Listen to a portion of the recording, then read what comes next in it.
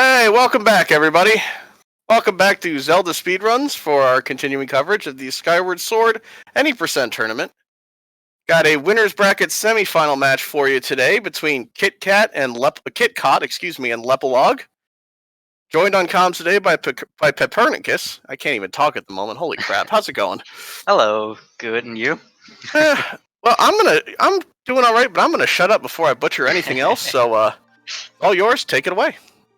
Thanks. Welcome to the semifinals, and let's see if all players gonna go for the saving the frames with one character, because one character is actually the fastest because we have no instant text, so it takes time for a name to display, and if you only have one character, then it's obviously the fastest.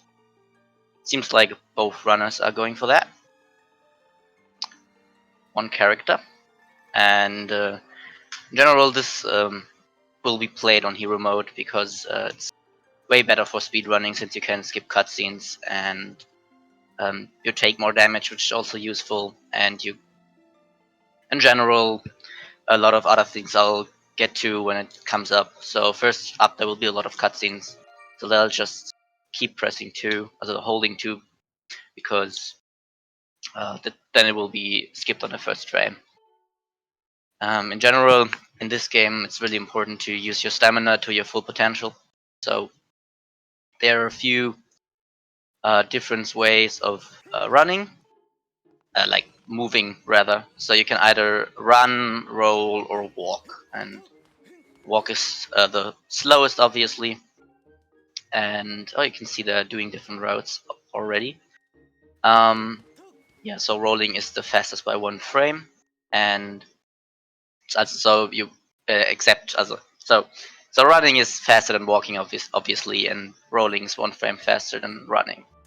So we'll try to roll as often as we can, but it takes more stamina to roll, so it can only be used in the right places. So, for example, in cutscenes and stuff, the stamina will reset, so we'll try to roll into these cutscenes with and stuff, so like that doesn't cost us any to just roll, for example. So the route difference that we're seeing here is that Kitcot is talking to Fledge and lepelog didn't, and that is because there is technically Kitcot is doing a slightly faster route by 20 seconds, which is a little bit more new, so understandable that Lepo might have not practiced it, so he's going for the little bit older route. There's not going to be much changed. It's going to be only one back in time, which is on lepelog's side a little bit earlier.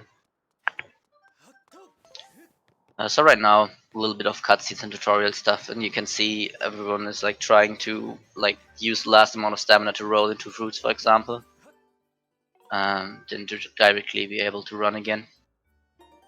And statues also reset your stamina. So right here, Kitcot is making a safety save, so he will attempt the cutscene skip. That is technically also faster by 30 seconds, but it's a 2-frame trick. That's why he now makes a backup save, so he has ability to die after he fails it. Lipa seems to go for the safe route, which does make a corrupt file, which allows him to die without doing a cutscene skip. So that's gonna be the difference right here. And Lipa will also, so Kitcot right now is gonna get a practice sword.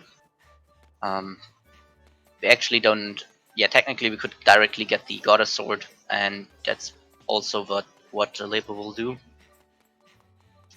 But in the more riskier route, we actually get the practice sword. The main reason for it is because we need a flag anyways, for something later, for some manipulate. So right here you see Lipa doing the first instance of back in time.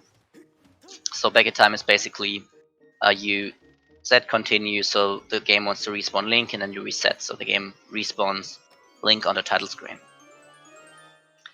So now he's gonna delete and save a file at the same time. So basically deleting it, everything gets to 0, and then he saves that file where almost everything is set to 0. And also hearts are set to 0, so if he starts this file now, he will just die. That's gonna be useful because dying will activate back in time again, or give you the opportunity to activate the back in time again. And there's gonna be a lot of things we'll do. So now we're gonna do the first instance of reverse bit magic. So you will get the practice sorted back in time, and basically start a file right before getting the goddess sword, and then the goddess sword will be on our file. Right now he's getting it, and then starting, and then basically the goddess sword gets applied to file 1. You won't directly see it because he needs to reload. So you will see it after he meets Gruz. Then there will be a reload because of the cutscene, and then he has the goddess sword. So technically he already has the goddess sword, but it's not displayed yet. It just needs a reload. So right now goes into the cutscene, and after that he will see the goddess sword. Kitcot, on the other hand, just got the practice sword because of the route difference they're doing. So he will also get damaged in the cave because he has to die without a corrupt file after the Love Ring tutorial, which is coming up. So he will damage himself down a little bit in the cave to be on 2 hearts to directly die if he gets the cutscene skip. Hopefully, who knows. And Lepa, on the other hand, doesn't have to worry about damaging down because he has made a corrupt file, which again is a little bit slower to do this. And yeah, but still not that much slower.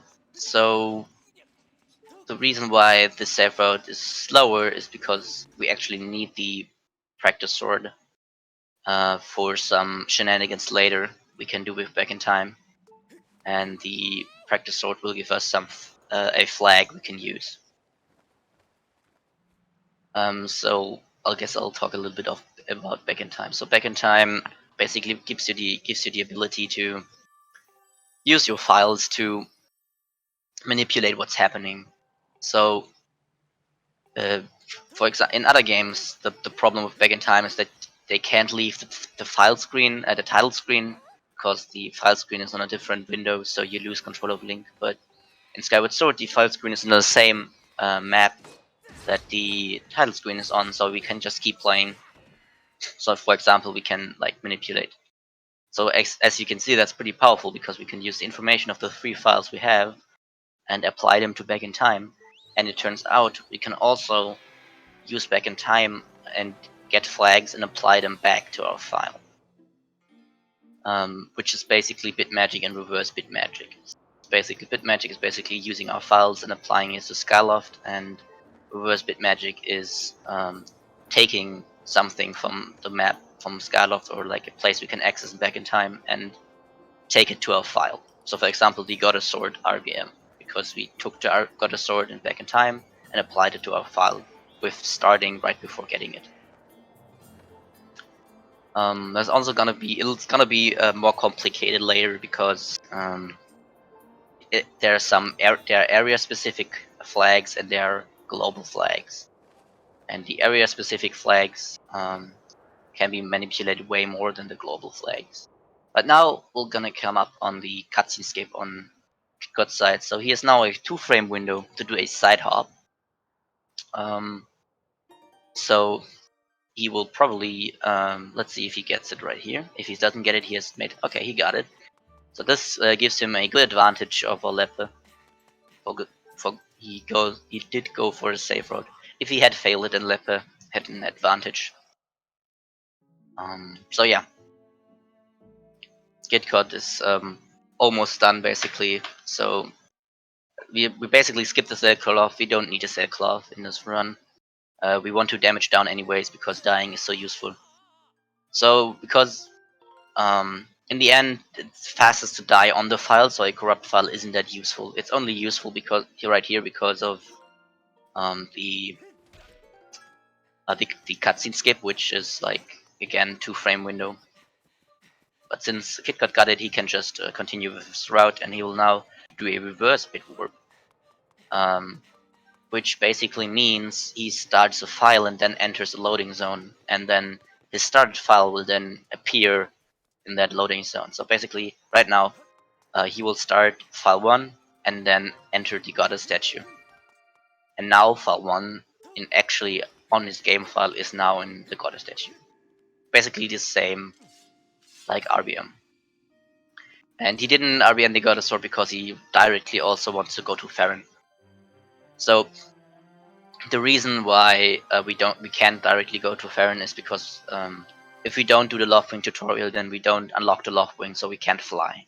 And if we can't fly, we can't access Farron. So technically, we can open Farron directly from the start if we want, but it won't help us because we can't fly there because we haven't unlocked the Loftwing yet. That's why we have to do the Loftwing tutorial and all this stuff, and that's why we're now going to Farron next. So on the Lip side, as I said, we actually need a practice sword, but not because of its ability to attack. We need it for a flag that it allows us, because if you get the practice sword, then the Sheikah Stone cutscene will actually play. So, and the Sheikah Stone cutscene is a flag we can actually apply to other areas. But the Sheikah Stone is a area-specific one. That means it will have different meaning on each area. Right now, again, just like the Goddess Sword RBM, he will start his file at the last text box, which gives him the practice sword, and now he has the practice sword. Kitcot, on the other hand, already got to place the Farron Pillar because he's a little bit ahead, because getting the cutscene skip saves him the time. So now we have the Tunic. Technically, it's possible to skip the Tunic, but it's way slower, so not even need to think about that. And we're gonna go to Farron next. Oh, Lepe missing that Skyward Strike, a little bit unfortunate. So yeah, now it's gonna be a little bit of setup phase, continuing. So I didn't really talk about it, but since back in time we can actually use all of our 3 files, that means all of our 3 files need to be set up correctly. So we want the right flags on each file in order to have the maximum ability to do stuff. Because the more specific flags we have, the more we can do. And right after the Wing Ceremony cutscene, we actually copied file 1 to file 2. And that's because we really need an early game state before the Tunic, because with the Tunic a lot of stuff crashes in back in time because of a lot of NPCs moving around and stuff afterwards. So in order to not crash, we need an early game file. And that is why we copied this, so we can use it later in back in time. We'll never really start it. We're started once, and then never again. It's only used for back in time. So right there, Kitcot jumps off early, not because he wants to, but because this actually skips a fight trigger that normally appears if you get close to the Farron Pillar. So this skips a fight hex, which is a few, probably good amount of time saved, like 10 seconds or so. So that's good. Next up, we come up onto Farron, and there we will finish a little bit more of the tutorial stuff. So again, a little bit of setup now. It will take until after Skyview when we really can start doing stuff. Maybe at Skyview actually already we'll do a lot of stuff, but right now there's not much we can do. There's not much flags we can actually access, and even if we can do stuff, the problem is that not really saving time, since starting back in time takes so long. So even if we die while playing, it still takes a lot of time to even start back in time. It takes about 25 seconds or so to actually enter back in time and gain control, which is a long time. So we will only skip something that is actually a bigger area, or something that we just don't want to do, or like a fast back in time. Obviously, some flags are harder to get and take longer, so there's also that consideration. Right now, we also can't RBM because there are another different problems coming. So Lepe is now entering Farron as well, and they're both gonna do this little bit of a tutorial with using Skyward Strike, but soon you will see the power of the empowered Skyward Strike. So in Hero mode we're playing right now, the Skyward Strikes are actually way stronger than normally. They have more range and they're um, as strong as a true Master Sword Skyward Strike. Which is pretty nice because it allows us for one-shotting all the Bokobans in the early game and stuff. Oh, Lepe getting hit. Technically, that would be kind of bad, but we can do, because we want to like jump down, obviously, to be fast. But that's actually a side up you can do on the second one right here. That allows you to take no damage. So Lepe right there did the side hop and didn't take any damage. Otherwise, he would die. It would have been bad. So this bottle, we need that bottle. We don't need the potion, we just need a bottle. So it's the most convenient bottle to get. As you can see, it's directly on our way. And we need one bottle. Technically, we would need two bottles, but we'll play around. And then it will work. Is there something wrong with the watching? It's not working. Can you guys hear me even? Talking here, and nobody's hearing me. Okay, so now it's coming up with the with setting the beacon. That's actually not as easy as look because okay, you can hear me. That's good. So placing the beacon is actually not that easy because Impa is pretty picky on that. So if you place it just a little bit to left or somewhere, then she will be like, no, you have to replace it, because the game really wants you to see this next cutscene with the beacon being in the middle. The funny thing is you can actually like go back and undo the beacon if you want to, but that's not really, obviously not fast. That's kind of funny. This cutscene then has nothing to do basically. So right here, the Bokoblins are gonna, if everything works correctly, we'll just one-shot them with a Skyward Strike. So yeah, there you go. It's very important that you don't hit with like the part of the sword, because if you only hit with the part of the sword, you will actually do the amount of damage a goddess sword attack would do, and not a Skyward Strike. So it's really important to get some distance between you and the Bokoblins in order to get the Skyward Strike to hit and not a sword attack. Yeah, that's pretty important. Guess we're gonna talk a little bit more about Back in Time because it's gonna be a little bit messy when it starts if I don't explain beforehand. So, but then what's happening in Back in Time basically is, okay, good, it's working for you now. That's good. Basically, as I said, we can like use our files to apply to Back in Time, and we can apply stuff in Back in Time to our files. And area-specific flags basically mean that for each area there's like a array of flags that like do scene changes. For example, the game needs to remember that a log is down in an area, and those obviously are like area-specific, so it doesn't take up a lot of memory. The good thing about that is that we can take those flags and apply to different areas where they mean different. So it might mean pushing a log in one area, but in the other area is like opening a door or something, or like unlocking a door rather. So that can be really useful, especially for bigger stuff. We'll see later. A lot of things allows that, obviously, if we can just arbitrarily set flags.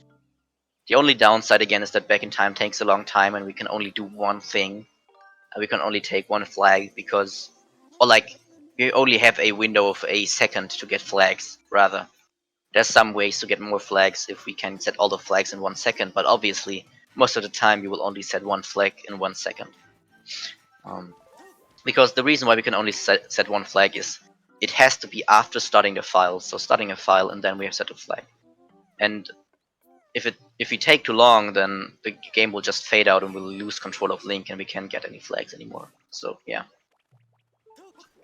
Only one flag at a time, and back in time takes some time, so right now, for example, this is also something we could theoretically skip, but it will just end up taking longer. And the other thing we can RBM, which is our global flags. And these, sadly, we can't arbitrarily change, and the reason is because they're global. So to get them, you actually have to do the exact same thing in back in time that you do normally.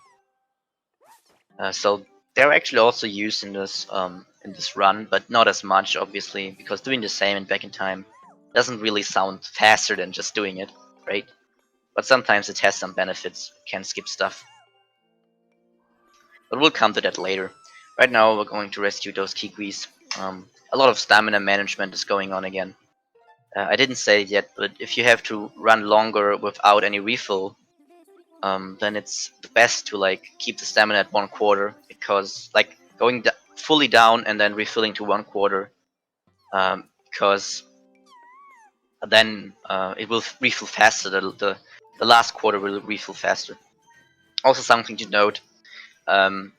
After cutscenes where you go into without stamina and you get the first frame roll, your stamina wheel actually goes red. So if you see that, you know that the runner did a good job and got the first frame roll. It doesn't really save much time, but it directly gives you to full speed. So we kind of want to start with rolling because it gives you full speed directly. And rolling in general is 1 frame faster than running. So yeah. Some rope action right here. And another Bokoblins will just one-shot with our hero mode's Skyward Strike, which is way more powerful. Even though it's a little bit stronger, Bokoblins will just get one-shot, so really useful. But again, he needs to, there you can see the red wheel, by the way, for a short second. Needs to stay away from with the sword part, otherwise he does less damage. Yeah, so it's gonna be this few more Kikwis they need to save. I didn't really talk about it, but you maybe see it soon on Lepa's side. So while we are in the Machi chase, where we have to chase this Kikwi right there, we're actually bonked a wall right there, and a vine falls down. So actually, you're not supposed to get to this vine. You're actually supposed to walk all the way around Farron to get to the Kikwi Elder. But for some reason, the wall there actually bonks down the vine, which is really useful because it makes it way more convenient to walk around. And also the reason why we get the Kiki that Kitcot is getting second, because there you saw it, by the way, on Lepa's side, he bonked it down. You're supposed to hit it down with the slingshot. Later, the Kikwi will actually talk about it at the Elder, the Kikwi Elder. So right here on the next Kikwi on Kitcot's side, he actually has to not hit too much grass, so he'll try to keep on the right side, because if he hits too much grass, then the Kikwi will move and you can't talk to him directly. So, and here also is important to get every type of grass. If there's just one little brush left, then the Kikwi will just move around and be annoying. So it's really important to hit all of them and don't hit too much. So there he did a good job and got directly cut both grass with 2 strikes. So this log is for 2 reasons actually. It's one's for backtracking, and we'll actually way later in the run we'll actually have a file set in this area, which we will use this flag. So yeah, again, a lot of things we will do just because we need the flags for back in time, because we can actually apply those from our files to back in time. And I didn't really talk about how to do that. And it works pretty simple. So you basically select a file, but the game actually does not read it yet, but it has it opened. And for the game to read it, you need to do a scene change, which basically means you need to do something that the game needs to remember normally. For example, pushing a log, that game needs to remember that you push the log, or bonk down a vine, the game needs to remember that you bonk down a vine, even if you leave the area. Or you do something else like getting a hidden rupee or something. Those things will also, the game also needs to remember that you did that already and you can't do that again. And with that, you can, if you do that, then the game reads it and then the changes apply basically. And one thing you will see very often is that normally actually the gate to like the upper parts of Skyloft, where like the academy and the goddess statues, those are actually closed normally. But since we have that flag on our early game file on file 2, since there we had opened it normally, we can just apply that with bonking the tree, which reveals a hidden rupee. That will update it, and then the gates will be opened. So it's very complicated at first, but if you think about it a little bit, you'll understand it, and if you just watch. The most complicated is basically the area specific flags, because they're like different for each area, so sometimes it's weird that something happens in this area with doing something else in the other area. But yeah, we're basically finished now with the tutorial part, or like the not so interesting part. Back in Time will now come up soon. We're almost finished with our setup. So we need some right there. Kitcot is trying to do a frame perfect trick to avoid the fight text. Let's see. That'll look good. Yeah, there you go. Right there's actually fight text, but you can skip it with more fight text. But the fight text is actually faster, so yeah. But it's a one frame trick, so pretty hard. Not many attempt it. So right there, it's gonna be a pure RNG trick, so some bless RNG in the chat because it's pretty cool to watch. And the RNG trick is extending blow. So right there, he doesn't want the bokoblins to move, so it's very important that he slingshot them. And right here, if he does everything correctly, he will do a final blow on the bokoblin while the bokoblin is over void. That was a low bounce.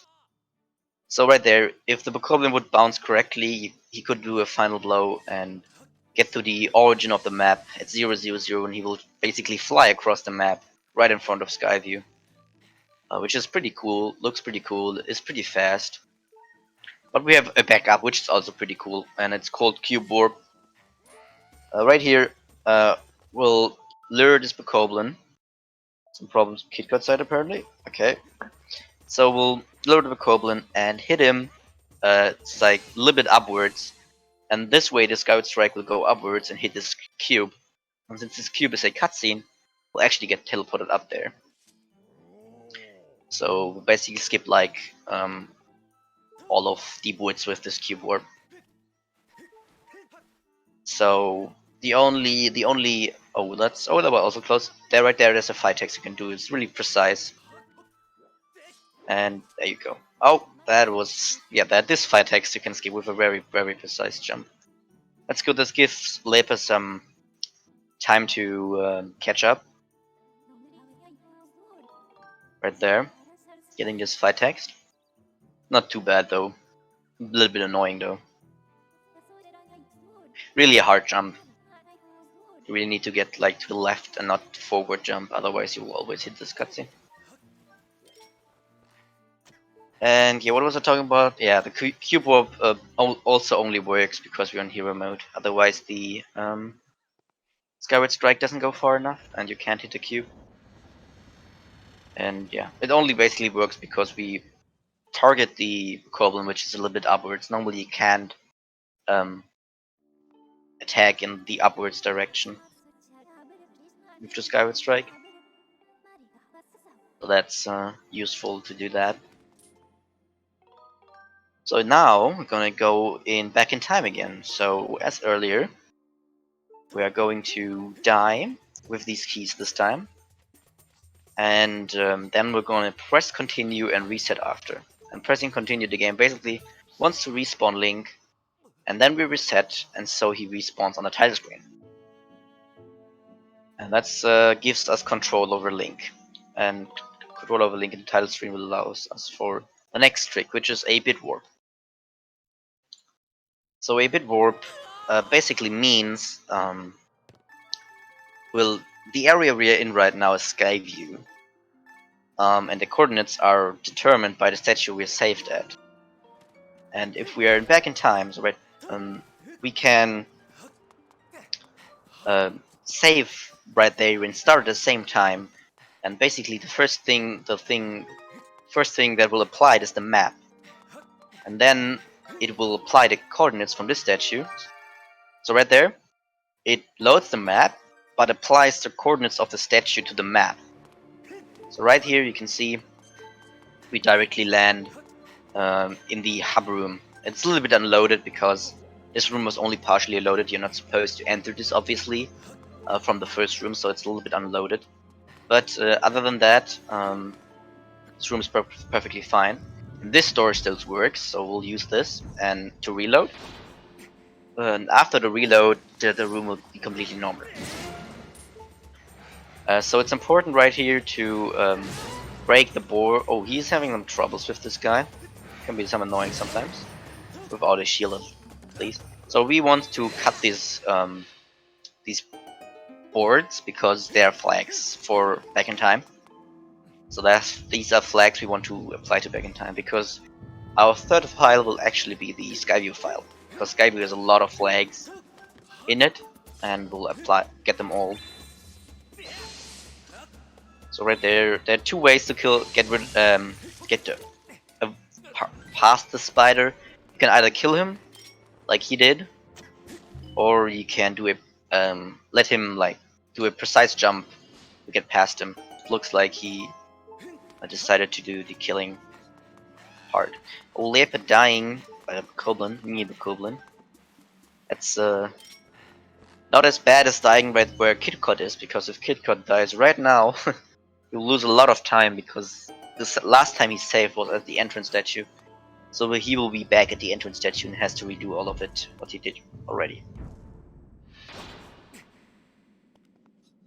Yeah, now is the Delphos fight. We actually skipped shield because it's a little bit faster. But it makes this fight a little bit harder, obviously, especially at 2 hearts. And if he goes out of stamina because of too much spin attacks, that's what I'm looking for, the word, then he actually has a problem and probably dies. Oh, C-upping too late. It's fine though. So you can actually C-up before the chest appears, and that will skip the camera panning at the end of the cutscene and allows you to get control of Link faster. And control of Link is fast, so we will hopefully see that. A few other cutscenes. Not every cutscene works. It only works at the cutscenes that actually have a camera panning at the end. So the beetle's actually not really useful. We only get it for one use in the entire game. Pretty unfortunate, but skipping that, we can skip that, but skipping it is slower because again, back in time is slow. So yeah, fortunate. Third tier Kitcot will get a red rupee. If he gets to the tunnel, that is. He needs this specific red rupee because he doesn't really need money. Oof. Pressing B too early. He doesn't really need the money. He just needs the flag that it sets. So the game, obviously, the game doesn't want you to farm red rupees all the time. So they just made a flag for it so that the rupee doesn't reappear if you reload the area. And this flag is useful because it will actually open the door to Patrol's house, and so, or rather, on Skyloft, the same flag, since it's an area-specific flag, is unlocking the door to Patrol's house. So we'll need that for later. Again, just more flags we can access now with that. Another back in time from Kitcot again. Press and continue resetting right afterwards with the console. And then Link will respawn on the title screen. And again, we'll get this to file 3 because it's the setup file we need. That's why we got all the flags and stuff. Right there, he'll bonk with file 2 again to open the gates. And then he will get the Sheikah Stone cutscene to play. To do that, he first needs to save a file that hasn't watched it, or like rather has not the flag for it, and has the practice sword. And he will start and run into the cutscene. Again, this is the reason why we need to practice sword, otherwise we could not access this flag. This RBM we did right here isn't actually faster per se. The RBM is as fast as doing it normally, but we have to copy file 1 to file 3 anyway, so there's basically the time save. It's only a little time save, but yeah, that's pretty useful. And the real reason we need to practice sword you will see later, way later in the run.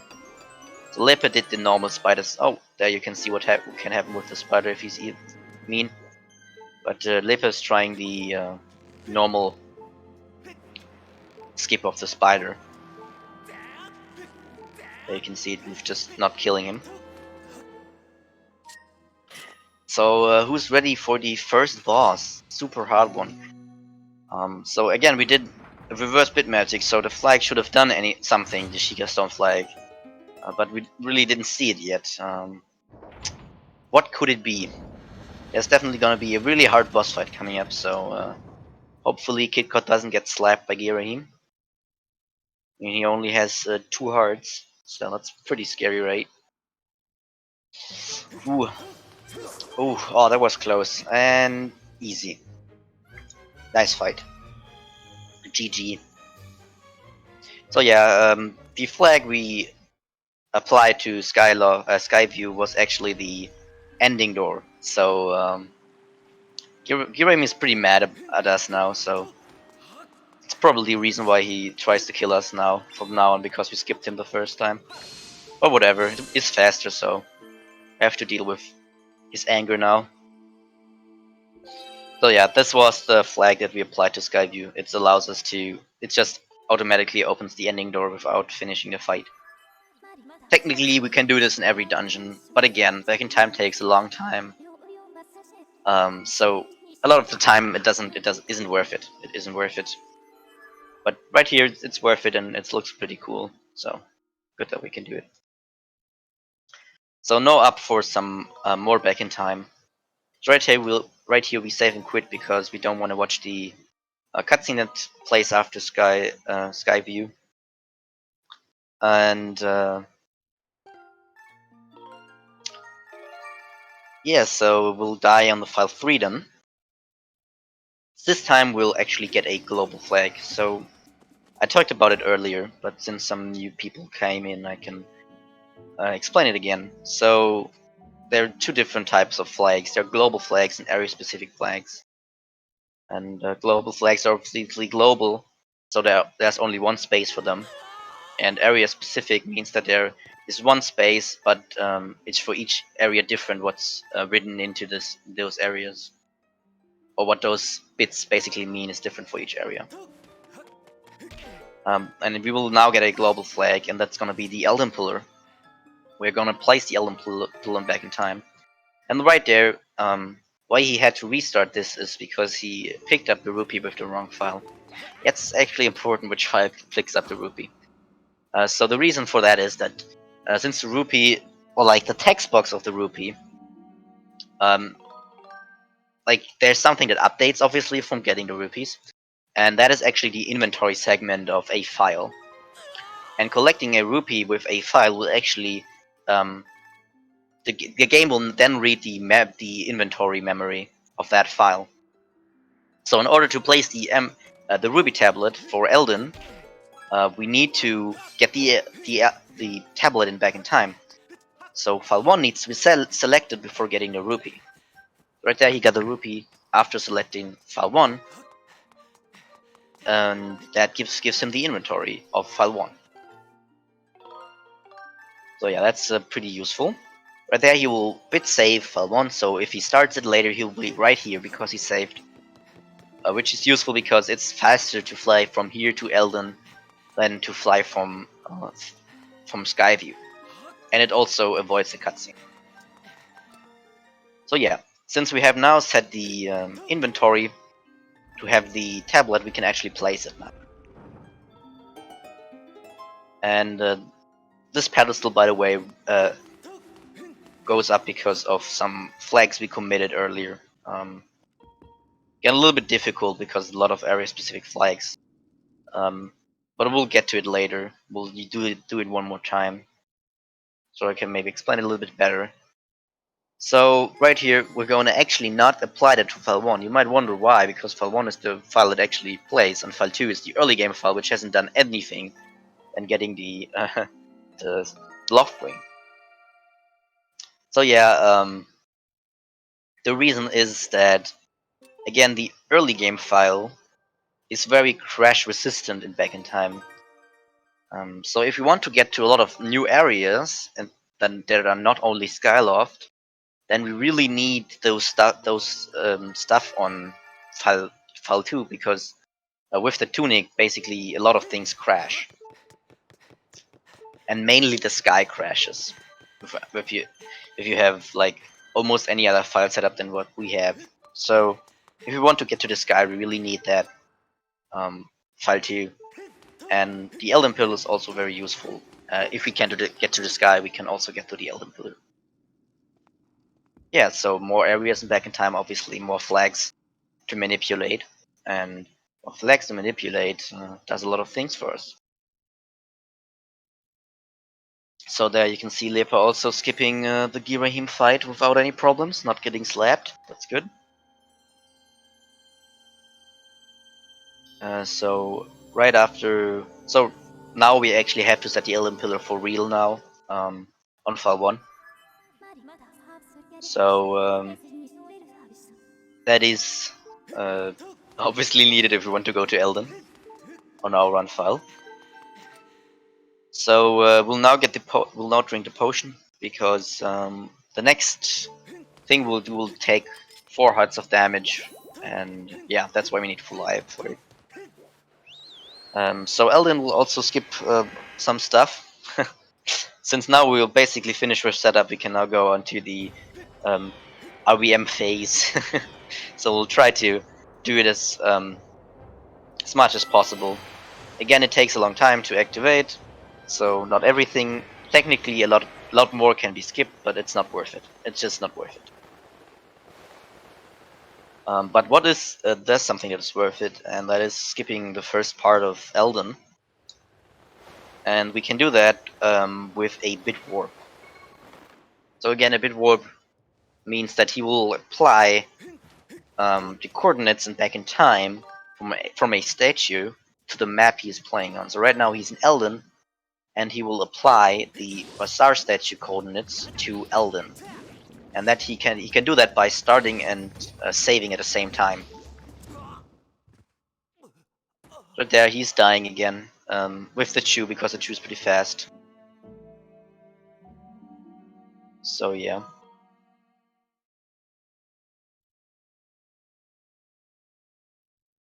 Oh, Lepa is going back for the boards. Lepa, it's not worth it. Don't go back for the boards. I think that's not worth it. Just don't. Oh Jesus. I think he wanted to go back for the boards, but it's not worth it to go back for the boards. Not at all. Should have just continued with Skyview. Oh well. Or he could have at least cut the spider down with the beetle. You can really see the casual strats aren't here anymore.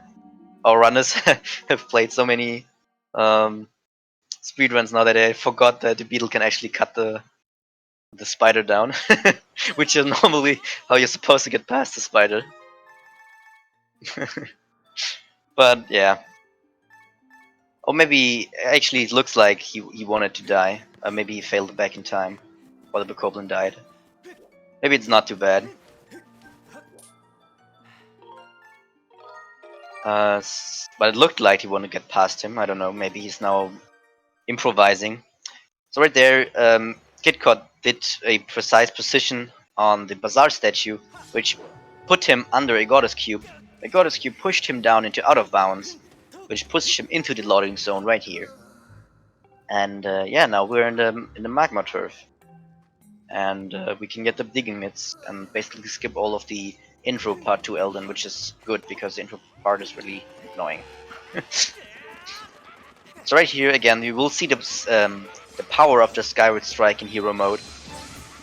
It'll just one-shot all of these Bokoblins if he does everything correctly. There. Just all one-shot. Normally they take 3 hits with the Goddess Sword, but since we have the empowered Skyward Strike, since we play on hero mode, they will just get one-shot by it. Again, he needs to be careful to not hit them with the other part of this. Not hit them with the part of the sword. It needs to be the Skyward Strike, otherwise it does the Goddess Sword's damage. Yeah, so next is gonna be a funny thing. He will use this bomb and place down the bomb next to the fire, and for some reason the game just doesn't damage him. So I don't know why, but the game just doesn't decide to damage him, which is pretty convenient because, yeah, it's faster. We're on too hard, so we couldn't have taken the damage. Yeah, it works out. So let's see if he can get circles. So right after this magma cutscene, there's actually a cutscene you move into, and if you run into the cutscene from the right angle, Link can actually not find the right spot and will just turn in circles. You can see it right there. So basically Link cannot get to the position he wants to because his angle is so weird, and he'll just try to reach it with the angle turn and he'll just end up running in circles, which is funny. It doesn't really do anything other than looking good, but yeah. it loses him a frame, but yeah.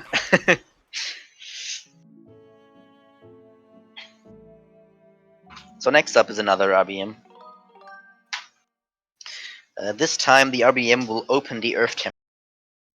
And this again is an area specific flag, so the flag is something completely different on Skyloft. And the flag that it is on Skyloft is opening the shed. So he will now open the shed back in time. So to do that he needs to make it at nighttime first. So nighttime, obviously he wants to sleep, and then he wants to leave and go to the gravestone and push it to open the thing. So it's important to note that entering Skyloft always crashes except for one night layer. We have one night layer access, and this night layer is the early game night layer that you get like in the fight chase.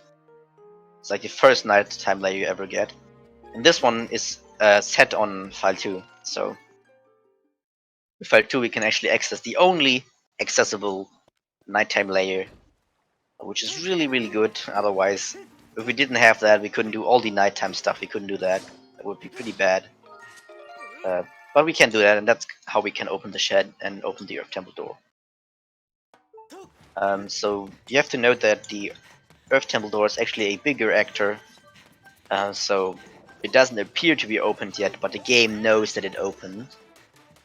If you want to, it would look open if you were to reload, but we don't need to reload, and the reason is that there's actually the cutscene trigger for like entering it is there now, because the game now knows it should be open, even though it doesn't display. The game knows it's open because bit for it is set.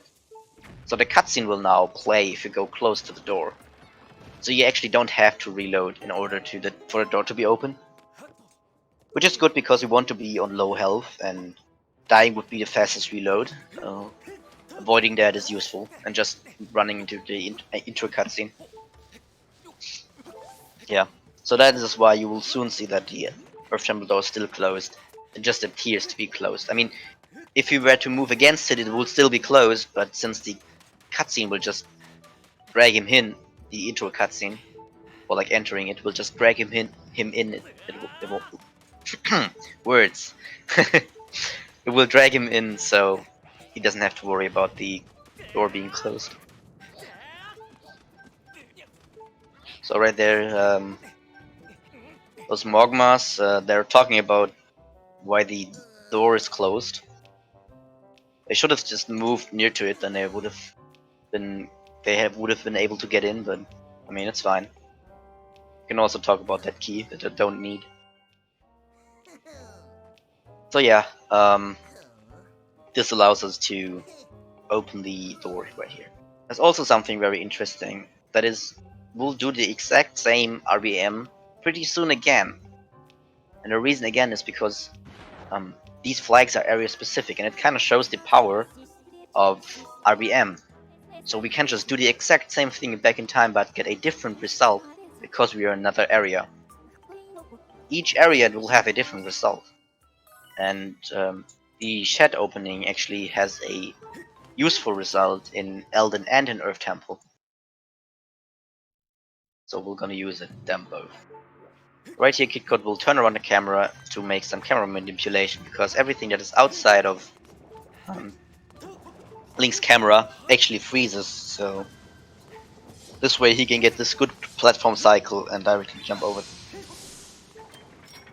Yeah, I actually want to drink some water.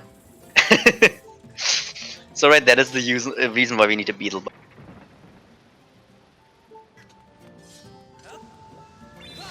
And we skip the cutscene by being in the air. So if you're in the air while the cutscene plays, the cutscene cannot play. And this way we can do that. Pretty useful.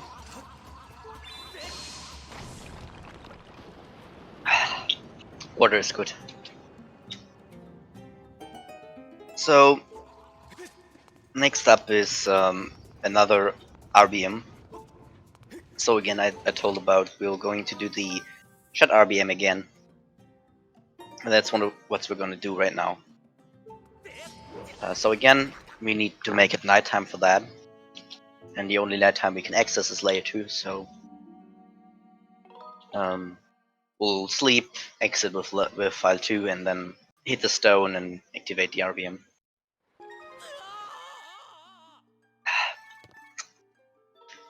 A fun fact, it's actually important that he doesn't update some flags on his files, because some of his files actually have the flag for the shed to be open.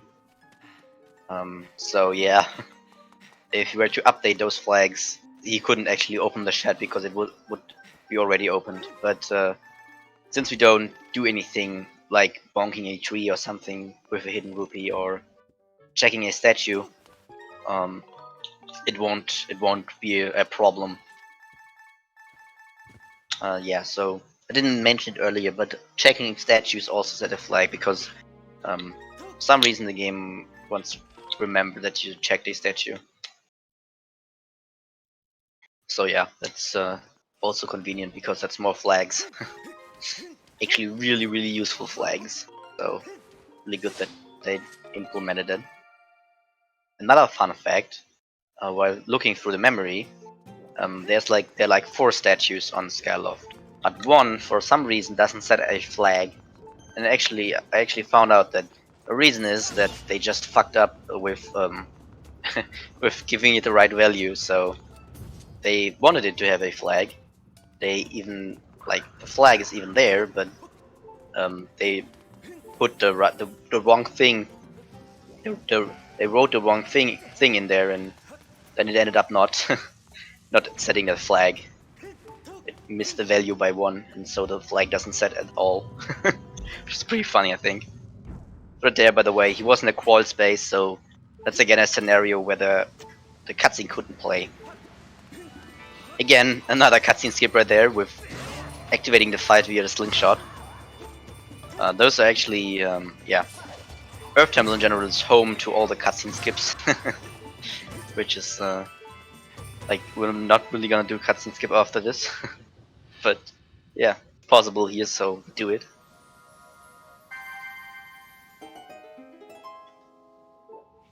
Yeah, so basically there's like a value of how to get a flag, basically. So if there's basically a value, and if the value has a certain number, then you will get the flag by checking a statue, for example. And they just missed the number there. It's just wrong by 1. So checking the statue won't set a flag. It's still in there, so it's still like, you know, if you do this other thing that doesn't exist because we missed the number, you will get the flag, but we can't actually do that because, yeah.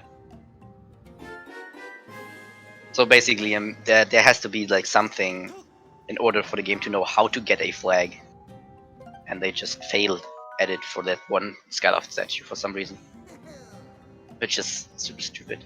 But luckily, the flag is not important. So I actually checked if that flag could be useful, and it's not really useful. So lucky, because if it were to be useful, that would be pretty sad.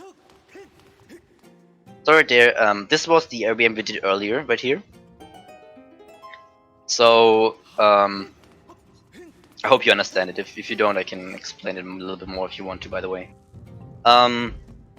This was the Airbnb we did earlier, but we needed to reload again. This is a big egg to the bridge, as you can see. So we needed to reload, and we did that by just dying. And dying will reload stuff. And since we saved last time at the middle statue, we'll respawn right there, which is also useful since we want to go further. So right here, we're going to do something that's called stutter sprinting. So he will press A lot of times. That way he will have more stamina available for him and get up here. Normally you're supposed to bomb something at a side, you're not supposed to run up at once. But with stutter sprinting you can. The only problem with stutter sprinting is that it's actually slower, so we'll only do it if we need to. Not if we can. So yeah. That's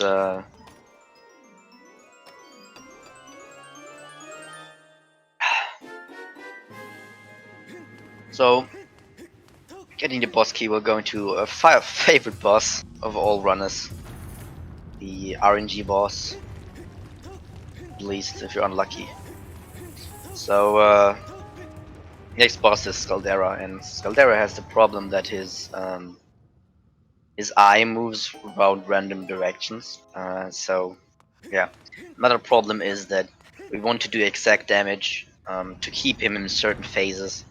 Because if we do too much damage, then he will end up doing different stuff. He will like he will get into this later phase and start running around more, and we don't want him to run around. So we'll try to do a certain amount of damages, and we can do that because we actually have different damage values. So one damage value is Skyward Strike damage value, which is way higher than the Goddess Sword, and then there is the Goddess Sword if you hit them with the sword part, which is like a normal amount of damage. And then there is like spin attack, for example, which sometimes can hit twice. But that's pretty hard strat. You probably will go for the normal strat, I would say, which is a little bit RNG, but isn't extremely precise. So right there, we'll refill some bombs because we'll need them later and right here. Pretty useful to get them. Also use some directly at the next fight, obviously. So you can actually fight a Scaldera without bombs. You have to use the bomb flowers at the top, but you can actually beat him. And there are actually some routes for them where it's actually faster. On English, for example, it's actually faster to skip bombs, but not on Japanese. So yeah, we'll get the bombs. Bombs are also really useful because we want to die a lot, and sometimes it's there's not really something to die at. So yeah, having bombs is really useful. Yeah, so there is Girahim. He's angry because we skipped him early, and now he's attacking, giving us this enemy right here. So yeah, again, we'll start with some Skyward Strikes. So first of all, he needs to eat a bomb, and then it's a random what blows up. So that's good, but so there's some bad spots that can blow up. So if you're unlucky, the middle part will blow up, and the middle part can sometimes be really annoying because it's not completely, doesn't completely fill it up. So you end up, yeah, so you end up having trouble to hit them. You can see there's like rocks above and rocks under it, and that will cause to not hit some stuff. So especially Skyward strikes are annoying to hit. So right there, that could have been really easy not hit, but luckily it hit. So that's it's really, that can sometimes be really annoying. But he got a pretty fast one. Really good Scaldera on his side. So the RNG didn't hurt him today. That's good. Obviously, we don't need that heart container because we want to die. So being on low health is important. And yeah, now we're gonna finish up Elden and get the last tablet, and we're going to do the RBM we did with the Elden tablet. We're gonna do that same thing with the Amber tablet, but this time we will apply it to file 1 because we actually need it on file 1.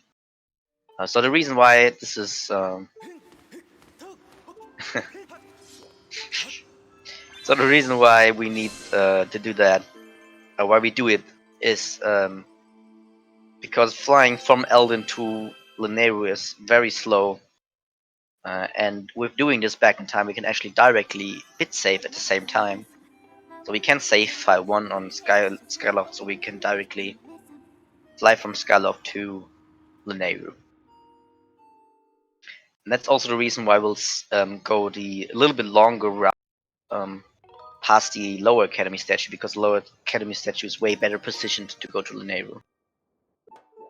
So again, we'll die. Wait, never mind. Oh, different route. There are 2 different routes playing right here. Never mind. It's also a little bit older. There's actually something else I didn't talk about. So we'll do this very soon. The same thing that I talk about, but after entering the Thunderhead. So yeah, it's always confusing because you don't see this actually happening. By the way, this cutscene could have been skipped if he got the extending blow, because you don't hit the first Goddess Cube. This cutscene doesn't play. A side note, that's why extending blow is faster. So yeah, you might wonder why the Thunderhead is open, because you didn't see it being opened. And as I said earlier, we have 1 second. We have 1 second window to set flags that actually apply to our files then. And so we actually managed to get 2 flags at once with 1 back in time, but I didn't talk about that. So in Earth Temple, when we did the RBM, we actually had a different flag in Earth Temple as well, from cutting the high rope from the bridge. And that flag actually is the flag that lets the Thunderhead cutscene play. So normally you activate the Thunderhead cutscene by playing the Ballad of the Goddess on the Light Tower. And playing the Ballad of the Goddess on the Light Tower will activate the Thunderhead cutscene. And that is a flag, an area specific flag that is. And that was something completely different. Earth Temple we already got. And with activating a scene change, which was opening the shed, we could actually, we were able to apply file, or make file 1 flags readable from the game, which read the flag for the Thunderhead cutscene to play. And then, in the 1 second window, the flag got set. You didn't saw it. If you didn't start this file after the shed cutscene, the Thunderhead cutscene would have played. But you didn't saw that, because he started, obviously. So that's why the Thunderhead is open. Pretty complicated, but basically the ability to get 2 flags at once is pretty nice. Yeah, and since the Thunderhead is a global flag, we had to do the exact same thing in Back in Time. that we do normally.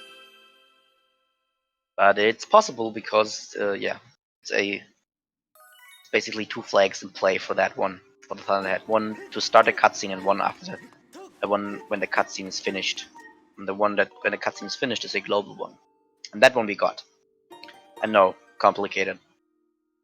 It will probably get more clear later. Gonna be more places where actually 2 flags are connected to it. So something I didn't mention is he did a puzzle. There was actually like a backflip he did at the end. So there's like a 2-frame window to skip the cutscene with a side hop or a backflip or something. So he was able to do that, saving 3 seconds. Not that much, but every second counts, so that's good. So yeah, now he's doing what I talked about earlier. So now he's going to again bonk with L2 because that has the gate, the flag for the gates to be open. So now the gates are open. Collecting the rupee with L1 to update the inventory, and then saving L1 at the statue right here in order to be closer to the Nehru, because flying from the Thunderhead is even slower than flying from Elden, because Thunderhead is like at least 1 minute just to leave the Thunderhead, which is really slow.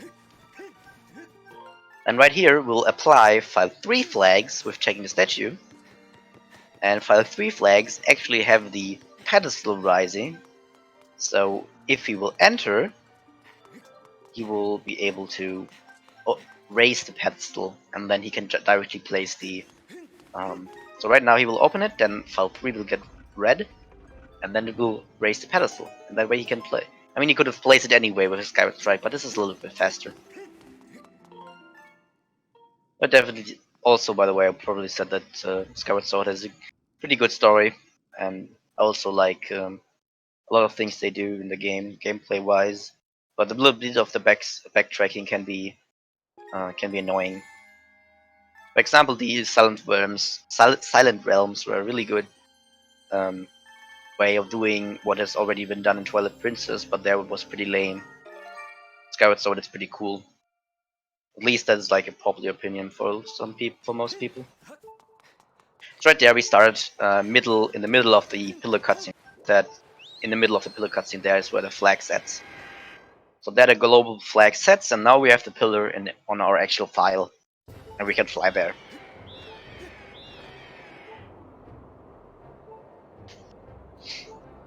So yeah, I hope you guys like Lineru, because it's gonna be very long, and very hard, and pretty yeah. So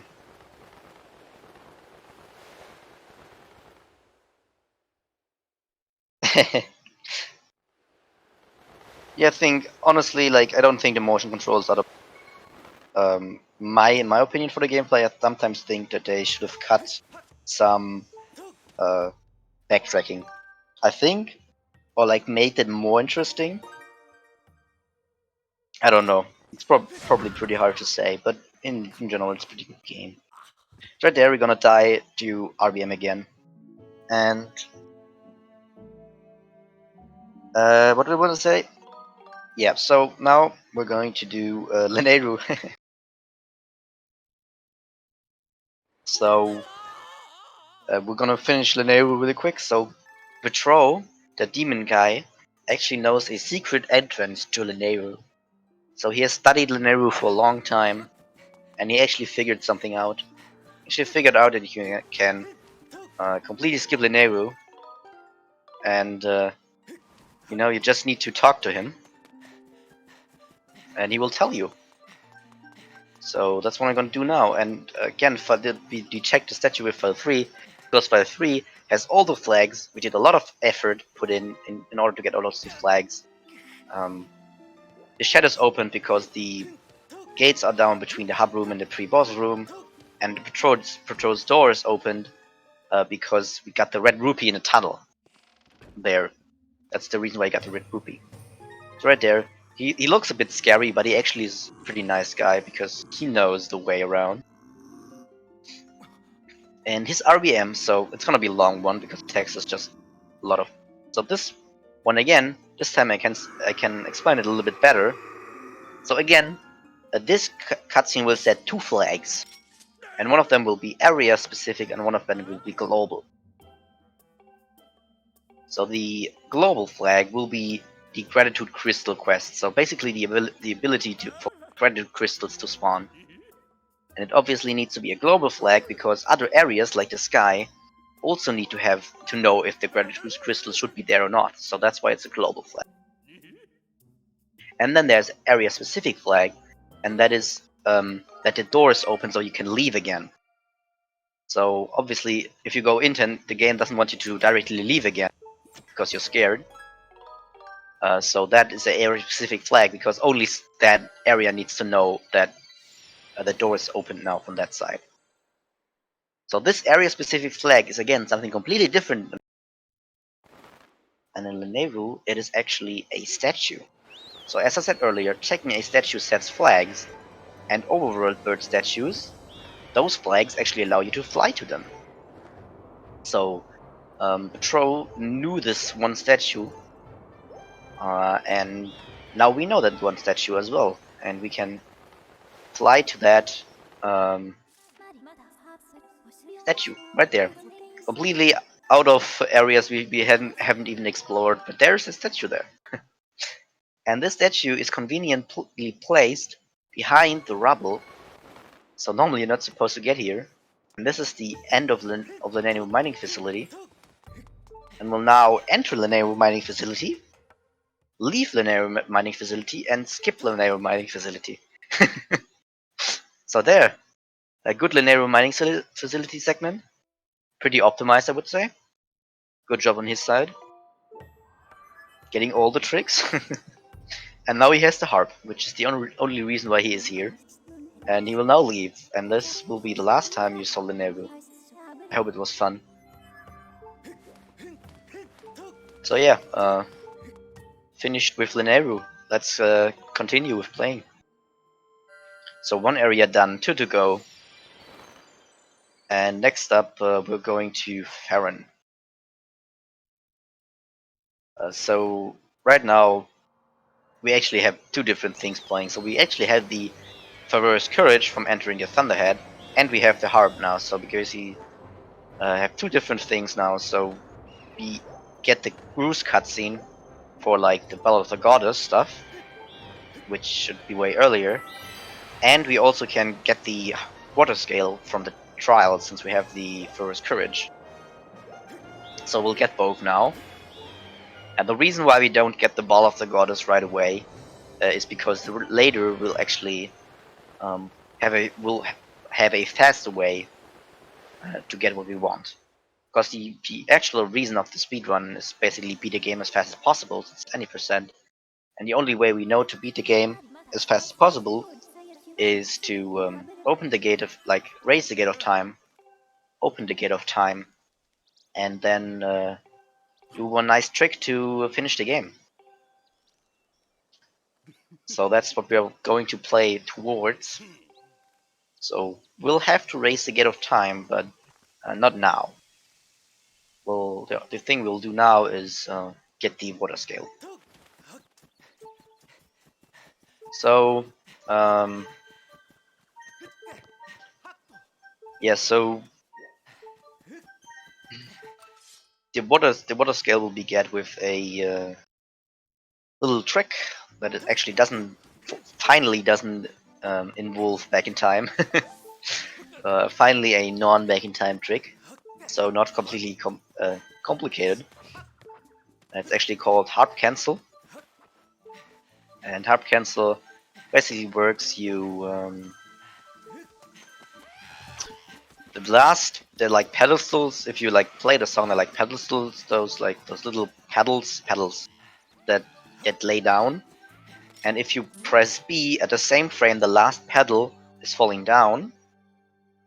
You will actually skip the fight cutscene that plays. So if he does everything correct, we will sadly not see Fi singing, but it's fast, so we have to do it. So right there, if the last one of those fall down and he presses B at the right frame, then he will be able to skip it. So it will look like there you can see it gets kind of completed, but then it vanishes. But it's still there. You can still access it if you want to, and just enter it. So yeah. So now we're in. So now Fi has to tell us how the Silent Realm works. So because of RBM, we can actually do the trials in any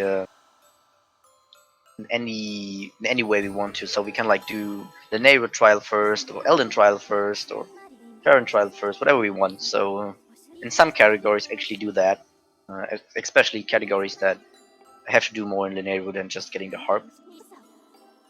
So it's pretty funny that Fi will always explain it in the Farron trial, even if the Farron trial is your last trial, which I think can sometimes be pretty funny.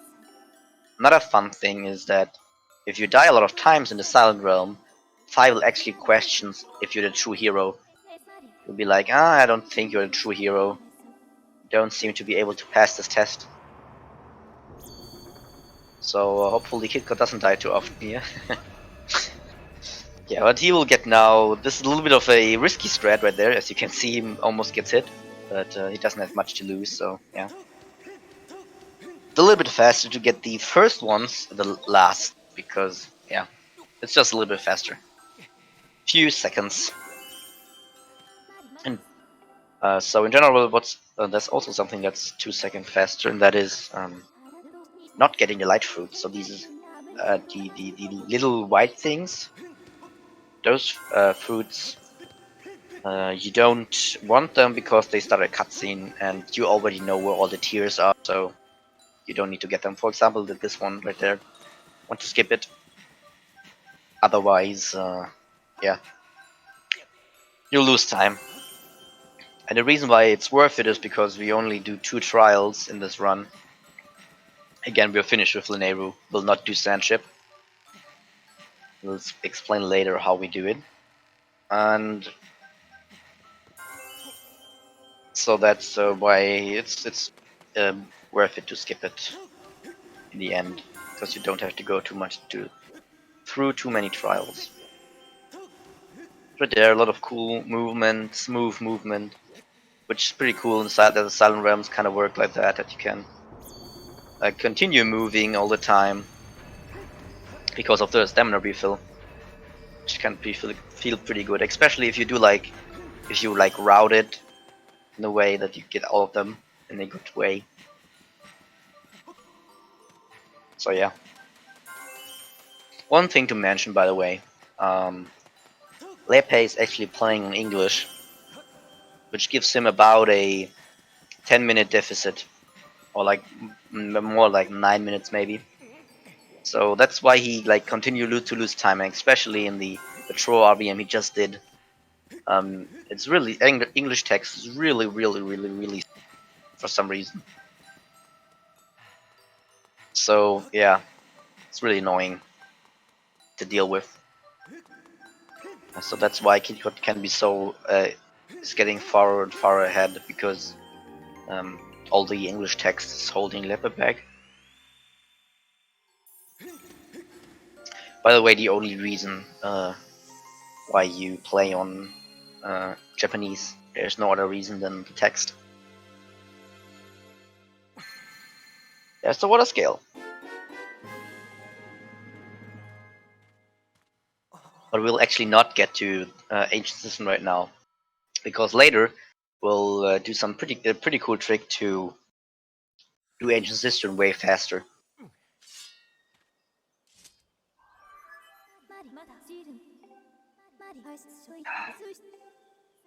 So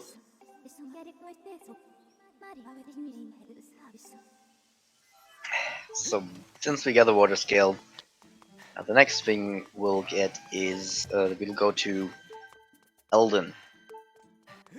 So Farron is basically finished now. The next time we'll directly appear in Ancient Cistern, and then we'll finish the game, basically. So Farron is basically completed. So the last region we have to complete is Elden now. So, but you might wonder, since we like apparently will skip Sandship, how are we supposed to get the song for the Elden trial? And the easy answer is we just don't get it. Because we can actually open the trial with RBM, because again it's a area specific flag. Those can be manipulated very easily. Right there, by the way, we copied file 1 to file 3. We don't need the setup file anymore, the Skyward setup file. But what we do need is a file that can actually get the Ballad of the Goddess and raise the Gate of Time. Because if we like continue the story right now without raising the Gate of Time, we'll be actually locked out of it. So that's important. What's also as important is getting 5 Gratitude Crystals. You might wonder why. I can tell you the reason is not to make people happy. Or turn Patrol human, that's definitely not what we want to do. But we need those Gratitude Crystals. And we get them like all the other items. We'll start and get them afterward. Start and then you get them. And then you have them on your file. So right now he has 5 Gratitude Crystals on his file. And he will need that because the flag for opening a trial in Elden is actually the 5 crystal rewards. So Patrol gives you like rewards. And obviously those rewards should only be one time, so there is a flag that sets after you get a reward, so the game doesn't give you the reward again. And that one is pretty useful, because it allows us to open this trial. And by the way, why we can't get those Gratitude Crystals is, since we got this global flag from talking to Patrol, like RBMing it, where we actually talk to him. This also like is the part of the quest, so Ukiel can now go home because we talked to Patrol, which is like how you normally do it while playing. And this way, our file actually had this flag set, so we can get the crystals from her mother, because we technically rescued her in a weird way while being on the title screen. So yeah. By the way, it's right, I really have to explain it. Okay, this is where the route change comes in, by the way. You see lepelog is right now Farron, but he's in back in time, which is a little bit confusing. And he's now talking to Bruce, which yeah. So the reason what's going on here right now is that he actually entered the Sky and back in time, which can only be done with the early game file. You will see the similar RBM Kitcot will do later. So yeah, so you will see that one again. Kitcot on the other hand does a little jump right here with the water scale. Get the water scale by getting the rupee. Okay, Lepe right now is in the copying menu because it's important that it doesn't select any file. If you select any file, you will lose the flag you just got and won't be able to do this. Oh my god, this is complicated. 2 routes at the same time. Okay, so he right there, run into the circle with the right flags. That way, that actually activates the Ballad of the Goddess at event, which raises the Gate of Time. So Lepe has the Gate of Time already opened. Kitcot, on the other hand, did the RBM with the 5 crystal reward on the other side, which allows him to open the trial. But since the trial is a big actor again, you need to reload. That's why he died, and now it's reloaded, and now he can enter it. And yeah, so basically, what Lepe did is like he talked to Gruesome back in time and took that flag he gets after that in order to get the Battle of the Goddess event to be able to appear. And since activating the Ballad of the Goddess event is a area-specific flag, you can actually activate them with having the right flag set on one of your files. So you just have to move in the circle with the right flag, and you will end up activating the event. And it's basically how all events work most of the time. If you have the right flag, the event will start. Right there we have the right event, and the white flag and the event started, and we could finish up with getting the Bell of the Goddess, or rather raising the Gate of Time, because the important part is raising the Gate of Time. And right there, by the way, you see how he's in the sky. He's in the Loftwing tutorial right now, because he entered the Skyward file 2, which is the early game file, which still has the Loftwing tutorial playing. And the reason why we need to do that is because it's the only way to get to in the sky. Otherwise, it crashes every other. Because the sky is so big, every other file setup will crash. And right here, you might wonder, he just flew into Eldin and landed in Fen. The reason is, since he entered with file 2 has never entered a light pillar before, and entering for the first time a light pillar will put you into Farron. So that is how, since the early game file's first time, he can enter the Elden pillar and land in Farron. Yeah, that's how he's in Farron right now and doing all the stuff. So Jesus, this is really hard to come both at the same time. So what he's doing right now actually is the biggest skip that is possible in this game, which Kitcot will perform later. So he will set a flag on the sealed grounds, which will open the door to the fight, which basically skips everything after doing Fire Sanctuary or after doing Imprison 2. So after he opens the Gate of Time, he can just finish the game because the door to the Horde is open. And that is now the case. Now the door is opened to now the door is open to the Horde Fight.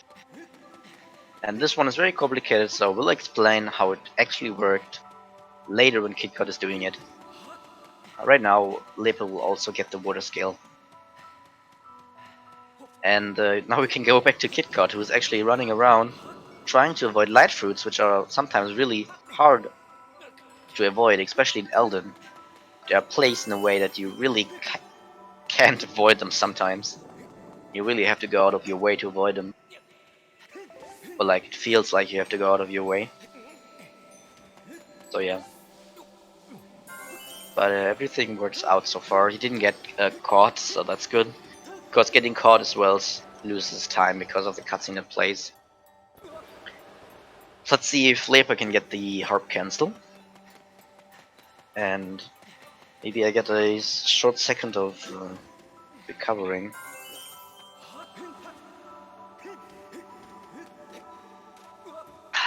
Can hear the good Silent Realm music, which is really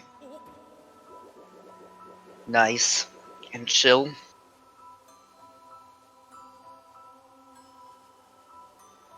So picking up the last fruits right there to get the fire shield earrings. So there's something important to note. So getting the fire shield earrings is actually required for the sole reason is that there is a fight trigger in front of Volcano Summit that doesn't allow you to enter it. So we don't really need the fire shield earrings for anything. I mean, the buff it gives is pretty useless. Lepen did not get harp cancel, and the bad way, because if he got it in the other way, he would just have to watch the cutscene. But if he goes too early, he actually has to retry the whole trial. So that's unlucky. But getting it a second time still saves time, so let's see if he can get it. Yeah, so the fire shield earrings normally protect you from fire, which isn't really useful because you can also roll or use a potion or, I don't know, just die because we want to die anyway. So it's really not useful. But the reason why we have to get to so far there's no other way to get to Volcano Summit. If there is another way though, we'll save about 30 minutes 30 minutes of this run. We will completely skip Earth Temple, completely skip Lanayru, and just only need and also completely skip yeah, like 2 big things basically, and that saves 30 minutes, which is pretty cool. But yeah, it doesn't work so far because Skyward Sword has yet to find any movement tech in order to get like jump or something. If you could like get a little better jump, we could do so much with it. There's so many great things we could do if we were able to jump like a little bit higher, a little bit further. So yeah, sadly we can't. So we have to deal with it. So now Kitcot is going to do some RBMs in order to enter the Fire Sanctuary, because if you've played this game before, you might know that you're not supposed to be able to enter the Fire Sanctuary before Ancient Cistern. And the reason is you actually need the water basin. And we have never done anything close to the water basin. We didn't even get water or anything. So the reason is we don't need the water basin, because we can do RBM. So the first one, since we have only one bottle, okay, this one is a little bit complicated. So okay, this RBM will make one flame disappear. So one of these the 3 flames in front of Fire Sanctuary is now down. One of the little ones. So one of the little ones is now down. We have to apply that to the map by entering this area and exiting again. So the reason why we need one down is that we actually only have one bottle. And so we couldn't extinguish both flames in one go. And the reason we have to extinguish both flames in the same load is because of this next RBM we do. So the next RBM we do is the Lumpy Pumpkin Dive. Obviously the best trick in any percent. So what we're going to do is, this is actually the first time you will see Farron bid on Kitcot's end, because he will now fly to Elden Pillar and land on Farron. So I might explain this a little bit right here. So in order to activate Loftwing, he has to save a file that has Loft, and then the game knows he has Loft. So he will save file 2, because he doesn't do anything with file 2 anyway, so why not just save it? Doesn't really cost him anything. So now he has this Loftwing activated. So in order to get the sky layer, the sky loading zone to be around Skyloft, he needs to select a file that has the hero's tunic, which is right now. He opened the title screen and selected file 3 with this. Before the load, he still has to select file 2, otherwise the game crashes. So right there, he selected right before the load. He selected file 2 in order to get to this layer. Otherwise, the game would have crashed there. The sad part about the Loftwing tutorial is that we actually can't do the boosts. We can't activate the boosts, and we have to get to the text quickly in order to get it. So right now he gets it because he mashed through enough text. And again, first time he enters a pillar, at least for file 2 it's the first time, still. And he can now enter Farron with this, because first time will always put you to Farron. And Farron doesn't crash and allows this load to happen. But we actually don't want to do anything in Farron, because Lumpy Pumpkin Lumpy Pumpkin is actually in the sky. So we'll just fly out from here. So the reason why we do that is we actually cannot fly to the Lumpy Pumpkin Dive, because the Loftwing tutorial has like a barrier around it, so you can't get past it. So that's basically the barrier skip for this game in a way, because you can actually, when mounting your Loftwing, you apply flags, and one flag is the ability to dive, and now we can actually dive. We couldn't before because file 2 couldn't dive, but since the leaving Farron lets you has this cutscene where you mount your Loftwing, you can actually select a file before that and you'll get different flags, which could do a lot of things, open up different pillars or give you the ability to dive. And so we can't get to the Lumpy Pumpkin with the Loftwing, but we can't while diving, because the barrier only prevents us from going past them while being on the loft. So now Kitcot can actually fly to the Lumpy Pumpkin dive. Fly to the Lumpy Pumpkin. The only problem is that, you can see fly pretty high because this can be pretty scary. The reason is you really don't see anything because you don't see you only look downwards, so it can be sometimes pretty tricky. But it worked out for him, so that's good. So he'll try to land on the roof because it's a little bit faster. Okay, so why are we in the Lumpy Pumpkin even? So we're in the Lumpy Pumpkin because there are like these big flames in front of Fire Sanctuary we can't get past because we don't have the water base. Soon they won't be there anymore because... So this again is one of those flags where like 2 flags are part of this of the solution, or like 2 parts are connected to the thing we want to change. So one flag is area specific and one is global. And the area specific flag is now set. So now the flames are down, but the frog is not watered yet. So in order to water the frog, you would need to deliver the base. So the game is not completely dumb. So it actually has the flames down right now. But if you were to miss, if you had to reload the area for some reason, for example missing the water on the game would actually like check the next time with story flags again and be like, hey, you didn't water the frog, my friend. Sorry, but the flames are up again.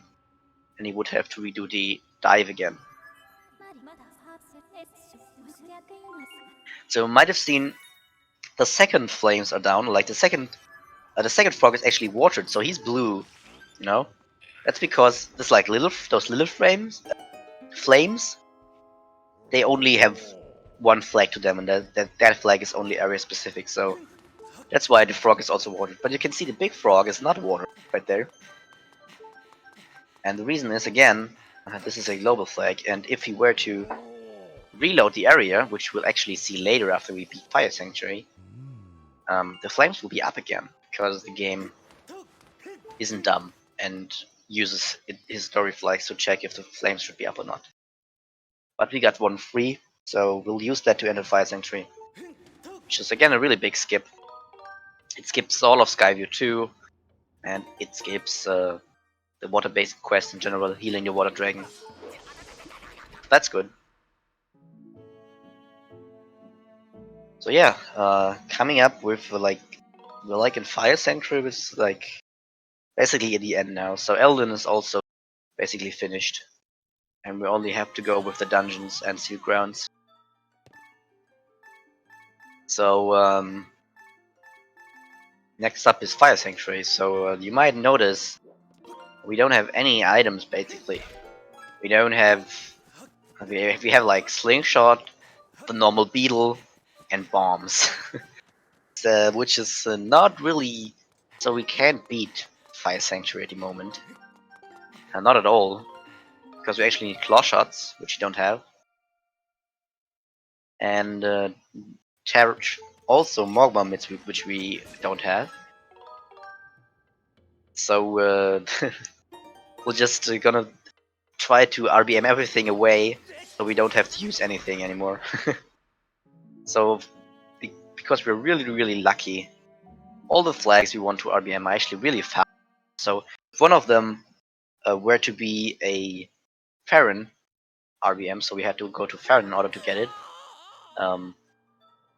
we wouldn't do this because it would be way slower than just getting the claw shots. But yeah, since those four flags are all like a minute of time basically to get, about a minute. It's really good, really fast, and I might explain what all of these does. I won't explain what individually they do, but I can explain you what they in general do, because otherwise it will just take too long and you will move on before I'm done explaining. So the first one he did, or like one of the ones he did, is he needs to get. He will. I probably said it first. It's not the first RBM he does, but it's the most important to understand what's going on. So he will do a RBM that will access the oval bird statue. So in Fire Sanctuary, for some reason, they made a bird statue you can actually fly to. So right in front of the boss door, there's a statue you can fly to, and the same thing we did in the Nehru, we can actually RBM that. That's actually what he's doing right now.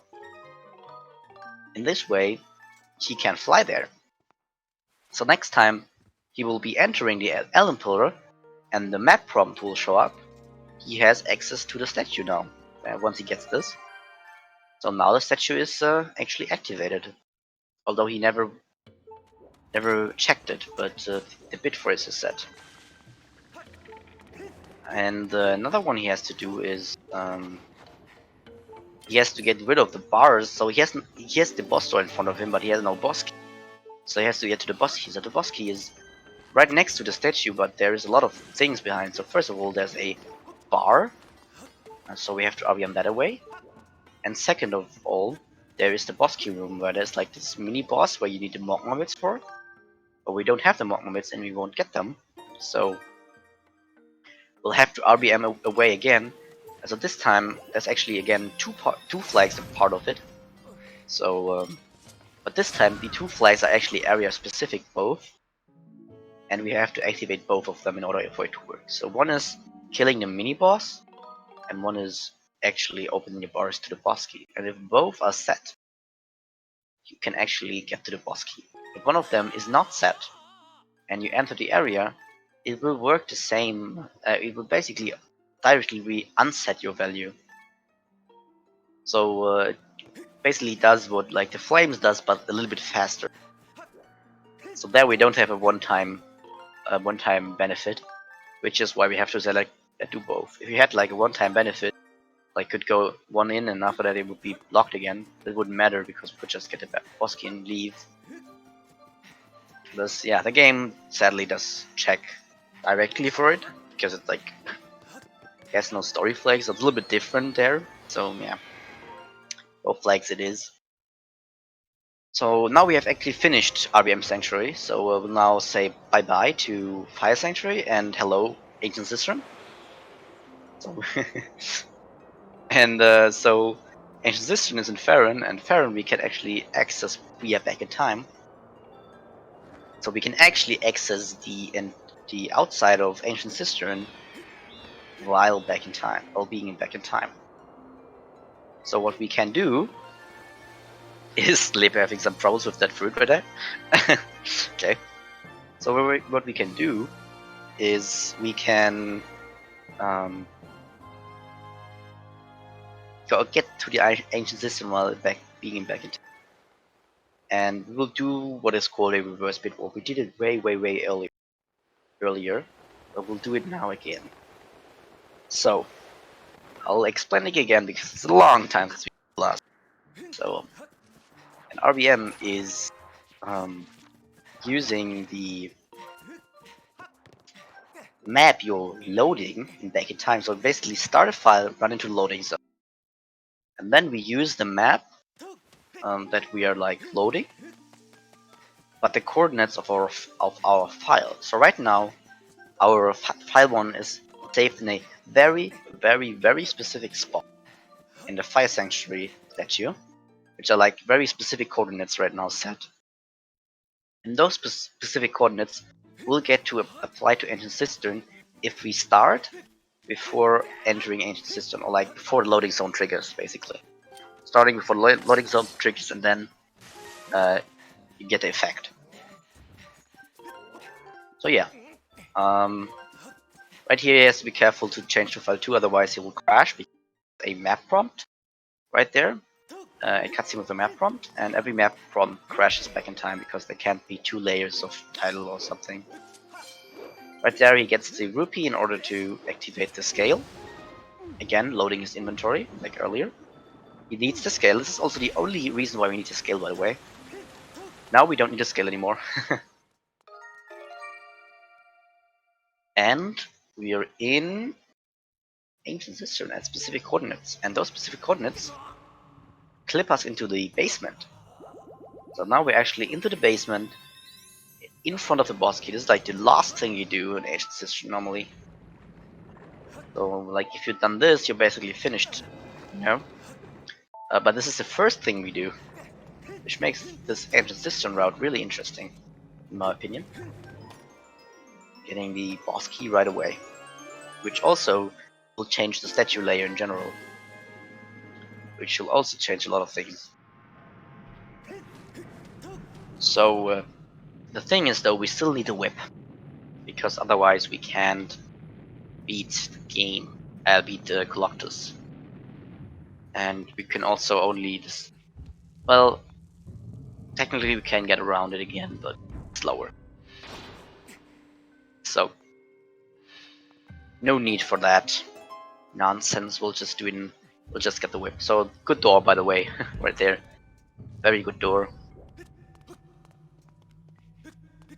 So yeah, getting a high flip, Jesus. So right away, so you can do like the first frame after a side up, you can actually get a high flip, which is a little bit higher than a normal backflip, and it can get you up on ledges you're normally not supposed to reach. It only works on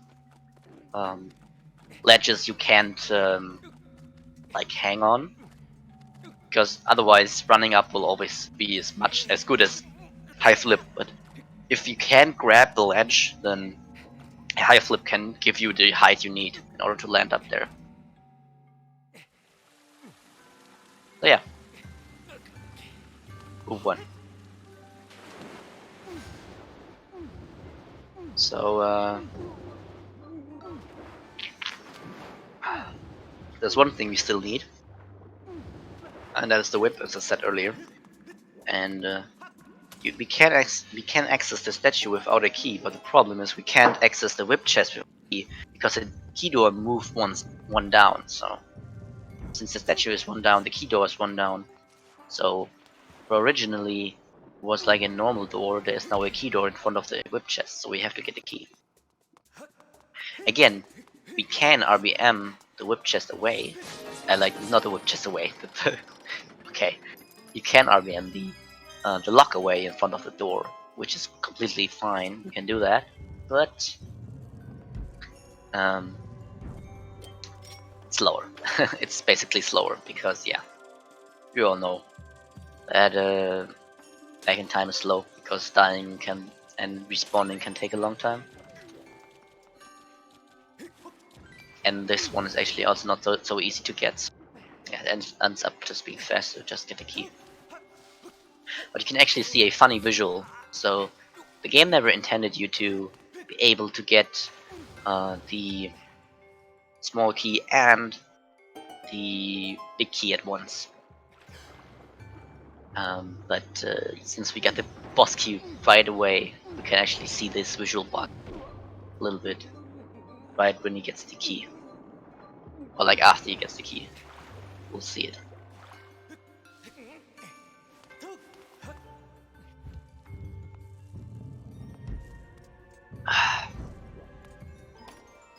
Okay, so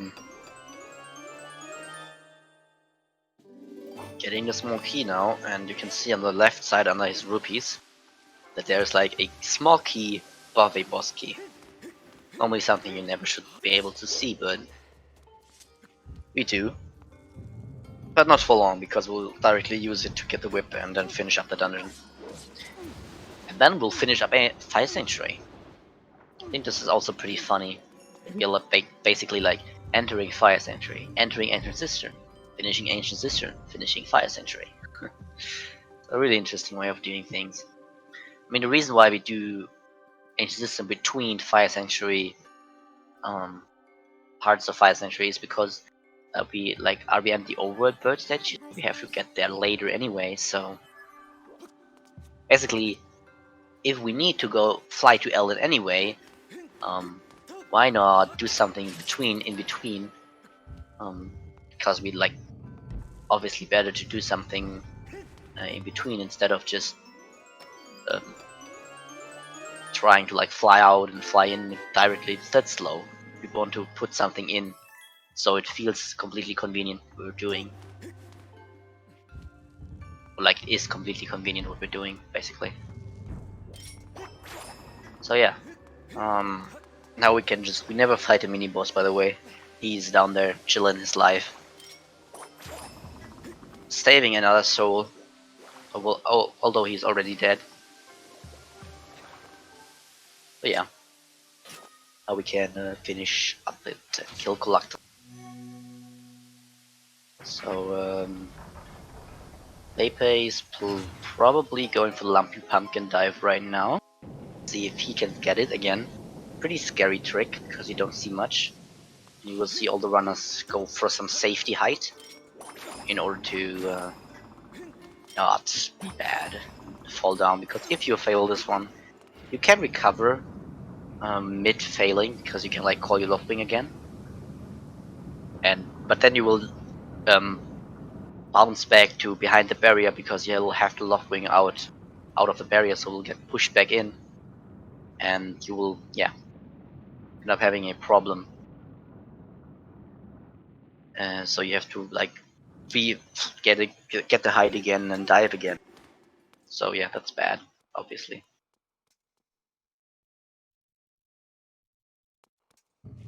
So he got it though, no problem for him.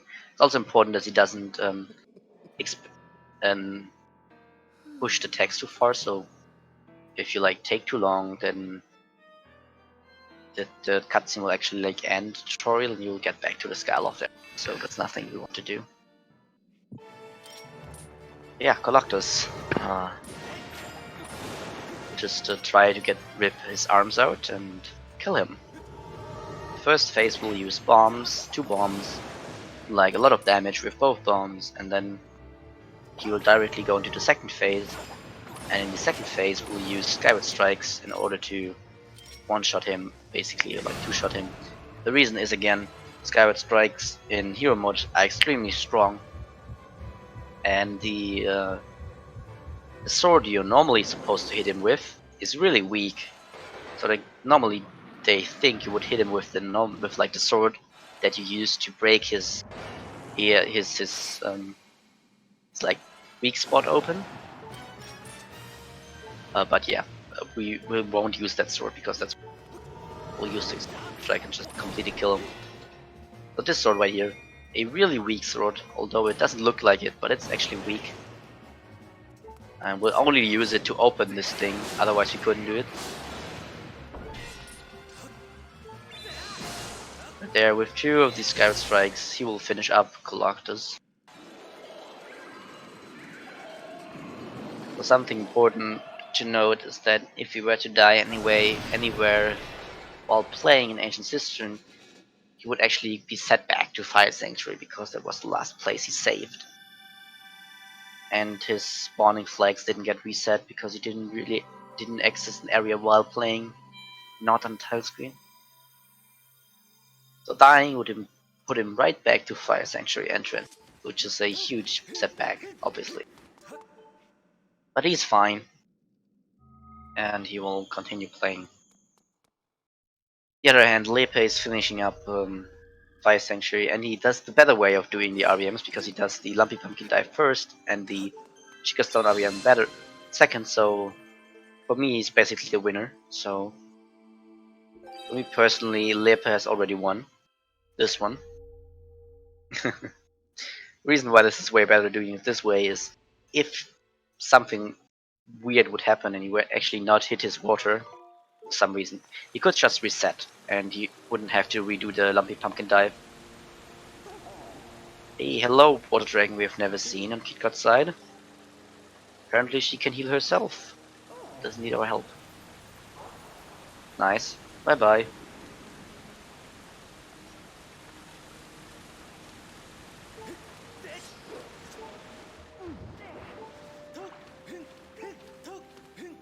Right, on Lepus end we'll get the Goddess Cube dowsing.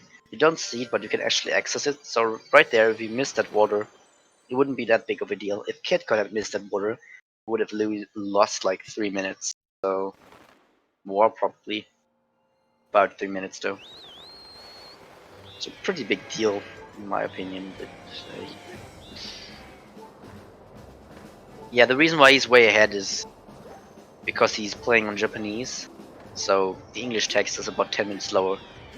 So Lip is already losing 10 minutes, and then Kitcot is also doing the non-safe route successfully, so he was actually able to get the cutscene skip, which gives him another 1 minute, about 1 minute, 1 minute, 1 minute extra, so 11 minutes ahead, alone by like basically doing the route. And then again, yeah, basically doing the non-safe route and doing a little bit newer route. Yeah, he's safe about 11 minutes, or like 10-11 minutes, somewhere around that. Yeah, it's insane how slow the English text is. It's just insane. It's pretty funny. The text is pretty funny because we skipped so much of the story, but sadly, it's not as fast. There's some exclusive tricks to English, but they're not. They can't make up the 10 minutes of time loss. Not at all. So yeah, that's why they're a little bit. Why he's ahead so much. So Kitcot still has to do one RBM. So he didn't do all. He only did 3 RBMs in the when the first ended 5th century. Now this does the last one because it's a little bit faster to it now than do it at the start. So yeah, so this last one was just killing the Molderag in the boss room, and he needs to commit it. He actually goes for the ferry. That's good. So this ferry will commit it. So now, when he entered the boss key room, you will see this amazing puzzle, which is, as you can see, completely unnecessary because the boss keys got completely unprotected and we can get it. They make this really nice puzzle and we just completely skipped it. How mean. So yeah, so now it's gonna be Girahim 2. So Girahim is super angry that we skipped him the first time and just completely ignored him. So now he's getting out all his weaponry that he can in order to annoy us. But no problem for runners. We'll deal with him and his anger.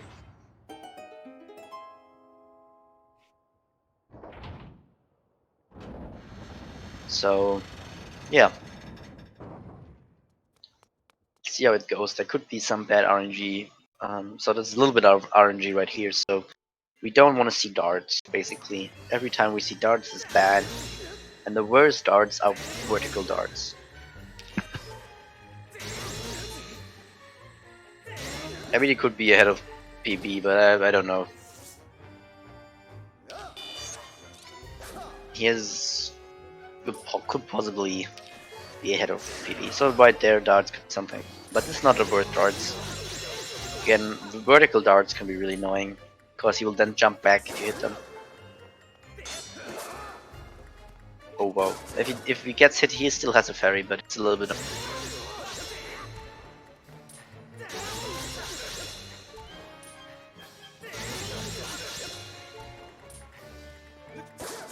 Yeah. So Lepus now getting a ferry and attempting the Ancient System Reverse Bit Warp, and there I didn't really talk about what you need to do in order for this to work on his side. There you can see the worst darts on Kitcot's side, jumping away all the time and stuff. You don't want that. Lepus doing his setup, so this is very, very precise. Like pretty precise, like a few units of leeway.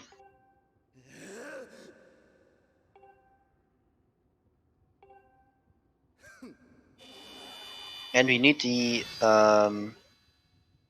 you need the ferry, by the way.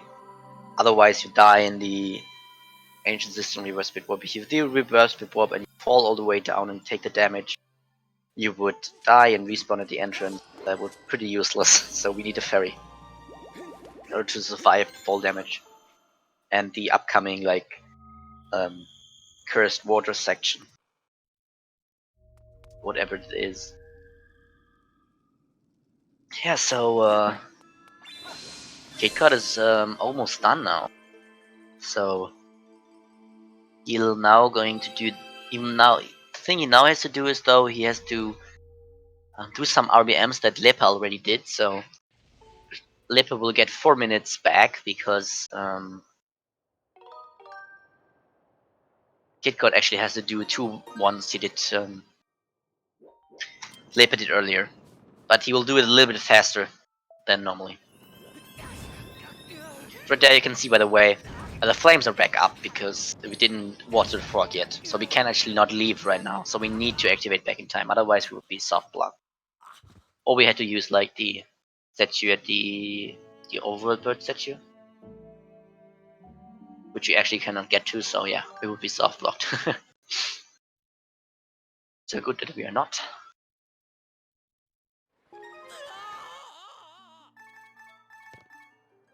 So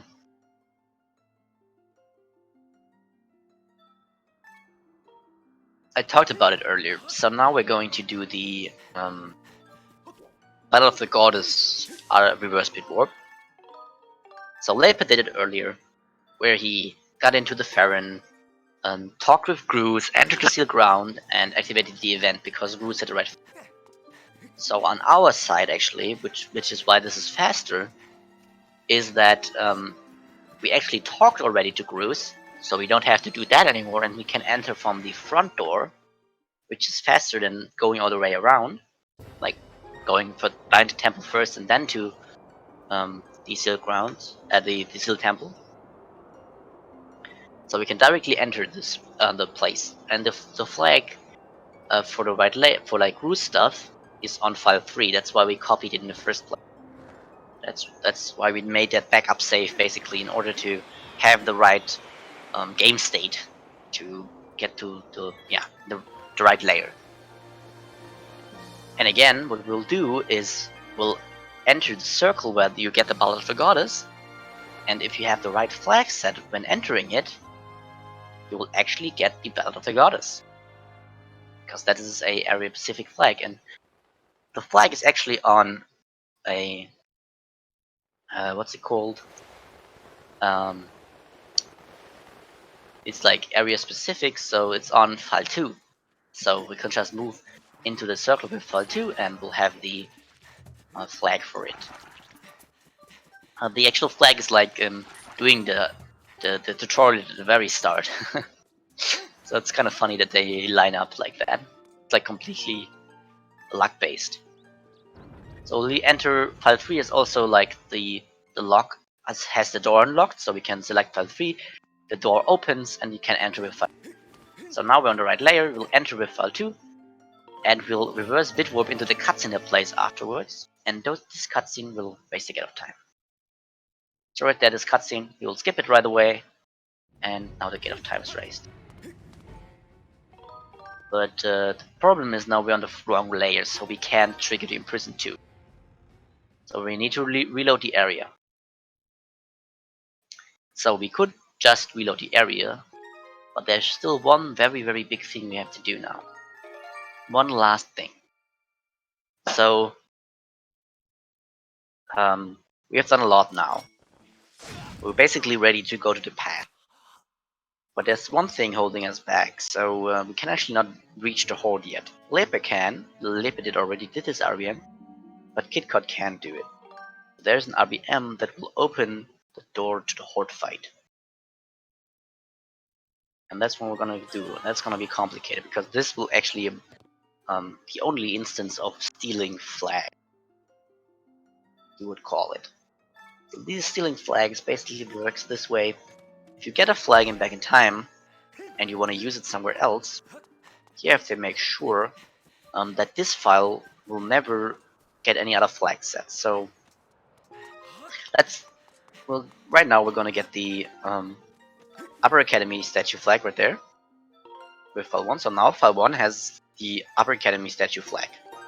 Checked. So if he does anything else with file 1 that would load his scene flags, or like his area specific flags, then he would end up losing that value. But right now it's written in memory. Since he activated it, it's written in memory for file 1. And he will now enter the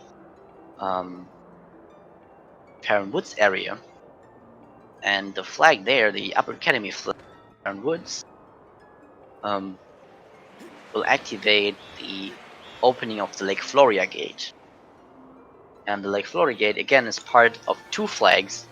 There's 1 flag for starting the cutscene and 1 flag for like finishing it. So with that, with like having the flag for starting the cutscene, we can actually get the second part of the Lake Floria gates, which is like the cutscene being watched basically. And this one is luckily I would say, the flag opened us the door to the Horde. So if we do that, it's funny that both are in Farron but doing something completely different. So Lip is going for the ancient system reverse bit now, and at least that should be it. And Kitcot is doing the thing, the Song of the Hero skip.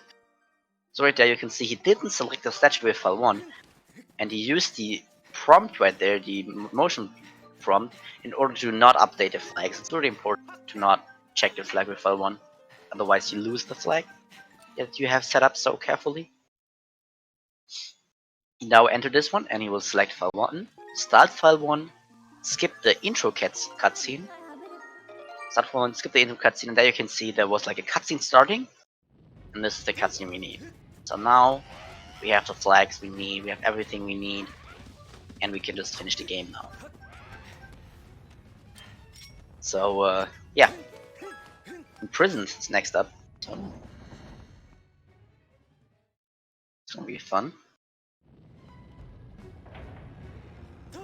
So so technically it's actually something you will see on Lepus side, so I'll explain it when it happens on Lepus side.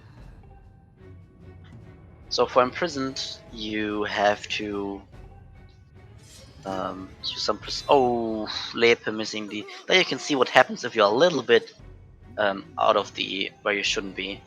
Then you'll end up not in bounds, and yeah, that will happen basically.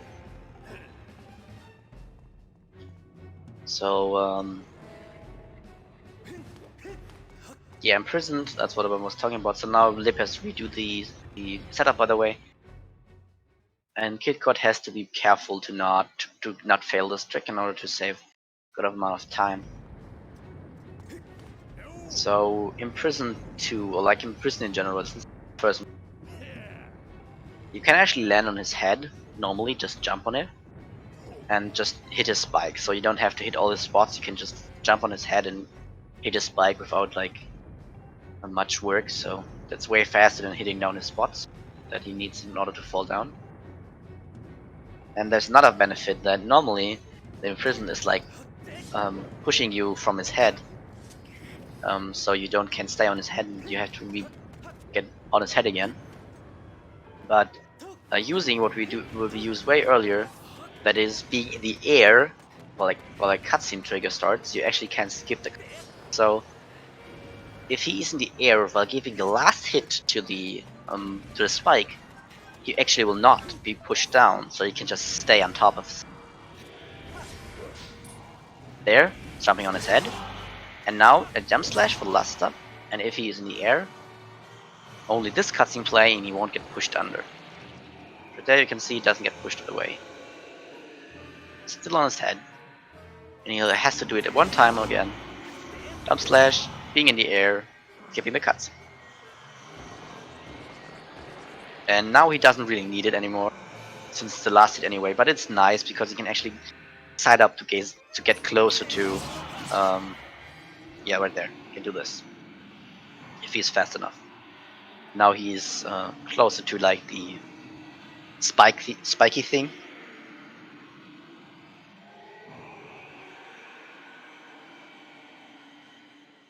So Lepe has to redo the Ancient Sun up. See how this will go this time. Hopefully the setup worked.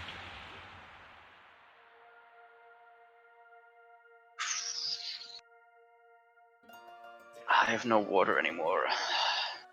Sad times.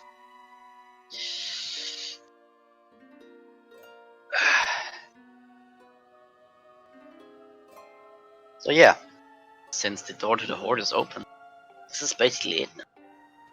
The last part of the run, endgame, is coming up. But Horde is actually scary, so might not be on your casual playthrough because you completely overpowered yourself before going into it, but in a speedrun setting, especially on hero mode, you can get completely bodied by these goblins, and you have to redo everything again, so actually pretty scary. So yeah. But we're all prepared for it, so everything.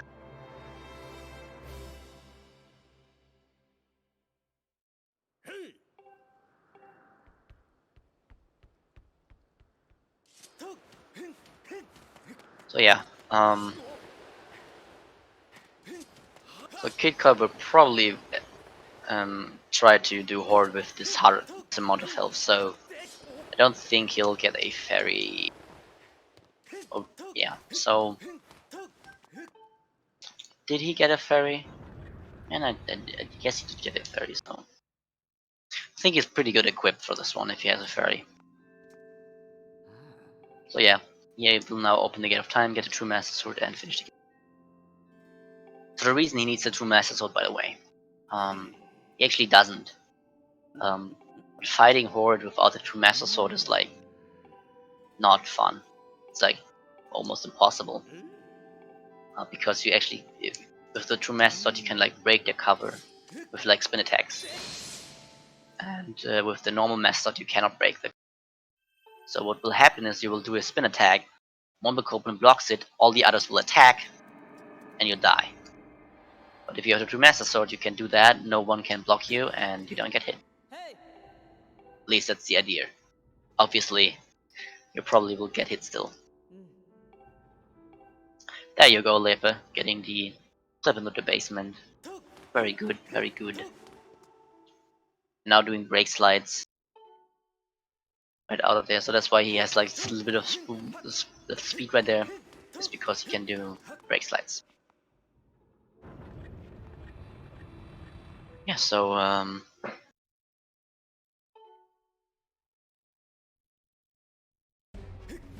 getting the boss key right there, and also doing ancient system now.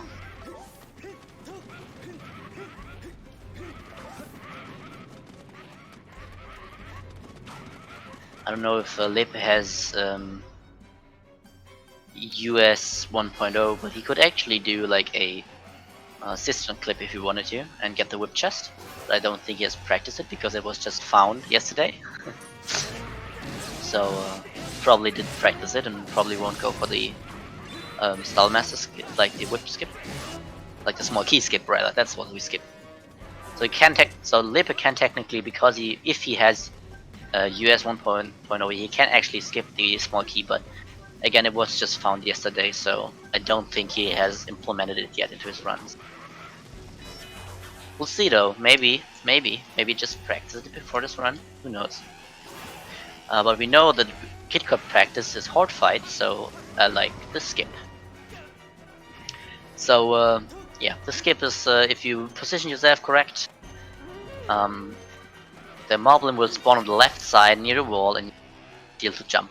And skipping one part, like one barrier basically, which is really good because that one is the most annoying one out of all of them, because the blue goblins take so much hits and does whatever it wants. Oh wow, that was, I mean, he has a parry, so goblins attacking him. Yeah, nothing, not much more left.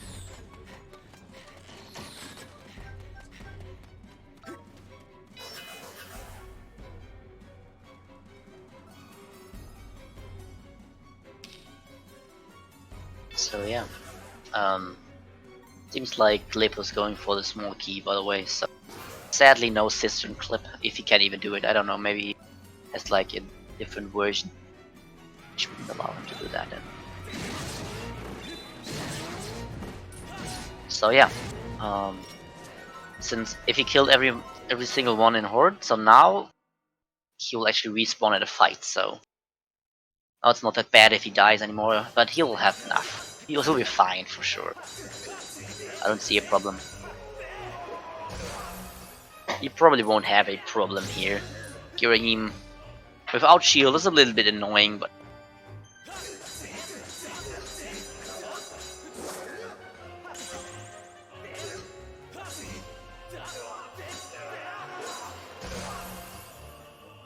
so yeah, not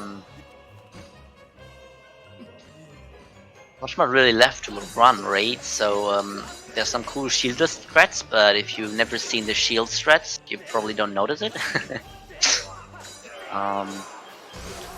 Yeah, I will also try to like jump down onto those platforms in order to like have a faster final blow. So normally like there's this long final blow from the upper platform, so it's faster to jump down and do a small final blow.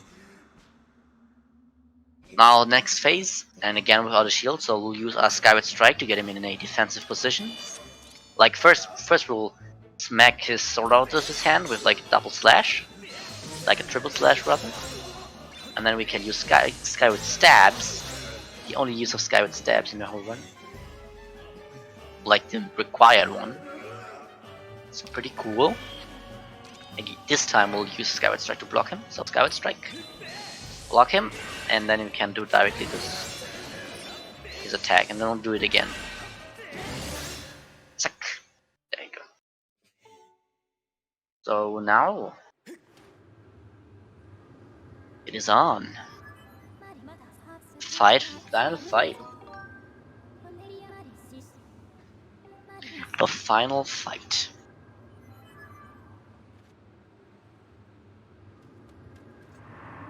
So right here we'll try to stun lock him in this fight. So he'll try to do like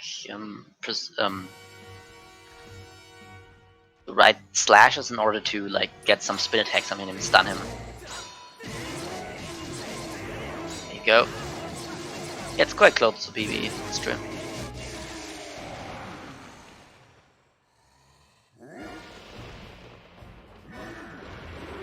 Will probably be 1 minute slower than his PB, which makes sense if he was like about 2 minutes behind. So yeah, right there is pretty scary because it actually 4-hearts the empowered attack. Actually, we can't kill him on this first thing, so right there we can kill him. There you go. So he's finished now. GG. Yeah, not total, not 1 minute. It's true. GG. So if I don't know if he wants to come on commentary, but if he wants to come, he can certainly join. Talk a little bit about it, I guess. Pretty good run overall.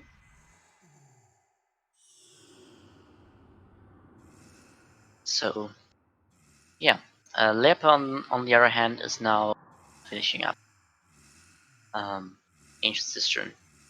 Now basically kills Collectors, finish up Fire Sanctuary, which is basically done, and then he'll also kill Imprisoned and finish the game. Okay, he'll be in common. Yep, 6th place run.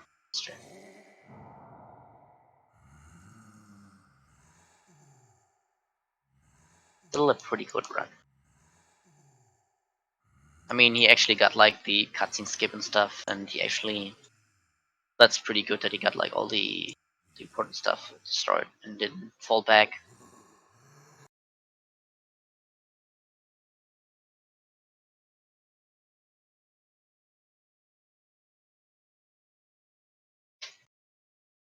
The Mai is dying.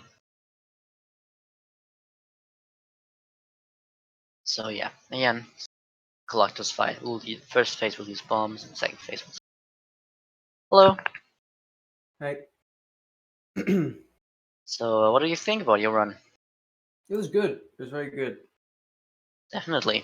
I think that the only thing that went wrong, I think, was Skyview was a little bit at least according to my splits, and I failed. I failed a bit. I think in Elden, the the bizarre bit warp. I failed that one. Ah, okay, I see. If I wouldn't have failed that, that would have probably PB'd. But I'm still happy with the run. Okay. It was definitely good. Yeah, I mean, it was pretty good run, I would say. Yeah. You also got the cutscene skip, for example. Yeah, that was good. Got like a lot of cutscene skipped in general, and so yeah, pretty solid, definitely. Getting pretty close to your PB as a consistent is pretty good. Yeah. Ah, okay, I see. So yeah, and do you mind doing a little bit of commentary from to go for a minute? Yeah, I mean, That's fine. Yeah. it was pretty good, I would say. I'll just get the You also got commentary the page up. cutscene skip, for example. Uh, Got like a lot of cutscene skipped in general, and so yeah, pretty solid, definitely. Getting pretty close to your PB as a consistent. Yeah, okay, yeah, Leper just finished Clock Toast. It looked like a good fight from what I So, saw, but I didn't see all of it, so yeah.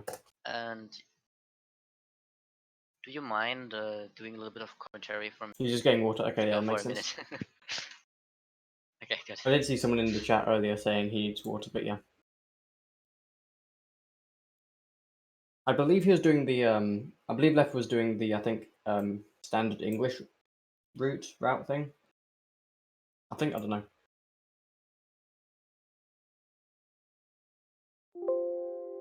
Yeah, I think he's done with Ancient System, and he's going to do Fire Sanctuary, because I think everything up until I think after everything up until Fire Sanctuary is going to be yeah, pretty much the same.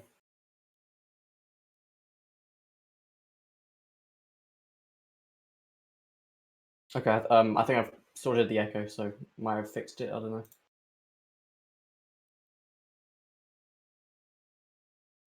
I don't know.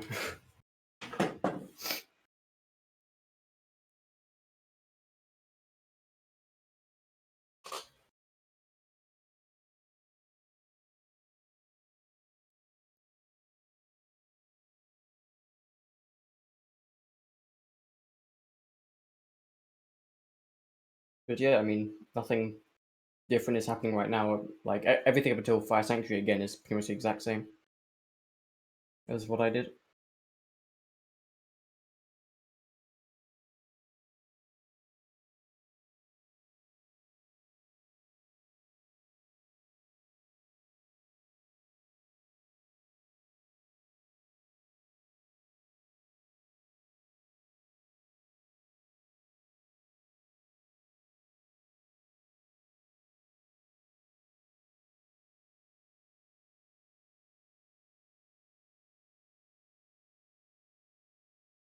So yeah,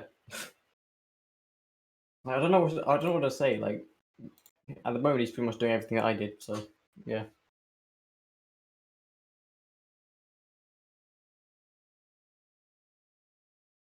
Yeah, I guess on the subject of the actual tournament, I guess like I go through to the finals, which I'm pretty happy about, not gonna lie. And Leper goes down to the losers finals, where he does have another chance to get into the finals. Just has to win that. But yeah, the next match is I think Floha versus Indy Kenobi, and whoever wins that will be against Chimera. Whoever wins that will be against Deesh. Whoever wins that will be against Leper, and whoever wins that will be against me. And whoever wins that wins the tournament, basically. Yeah, the So, yeah. losing bracket is a little bit behind.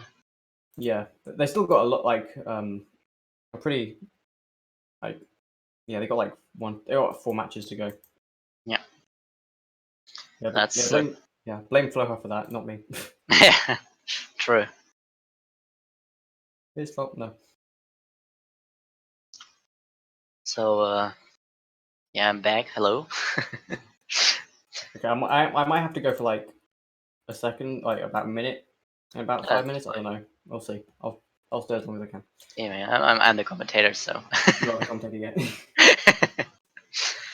So Liv did his last RBM in order to get to the boss key. You'll also get the ferry to whip strats. which I didn't see you do, Kitcot. No, I do not do rip strats. That's basically lost the run right there.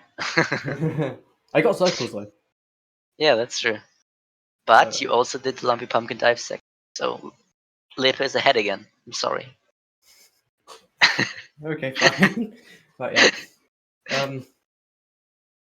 So yeah, there he goes with the Fire Sanctuary boss key.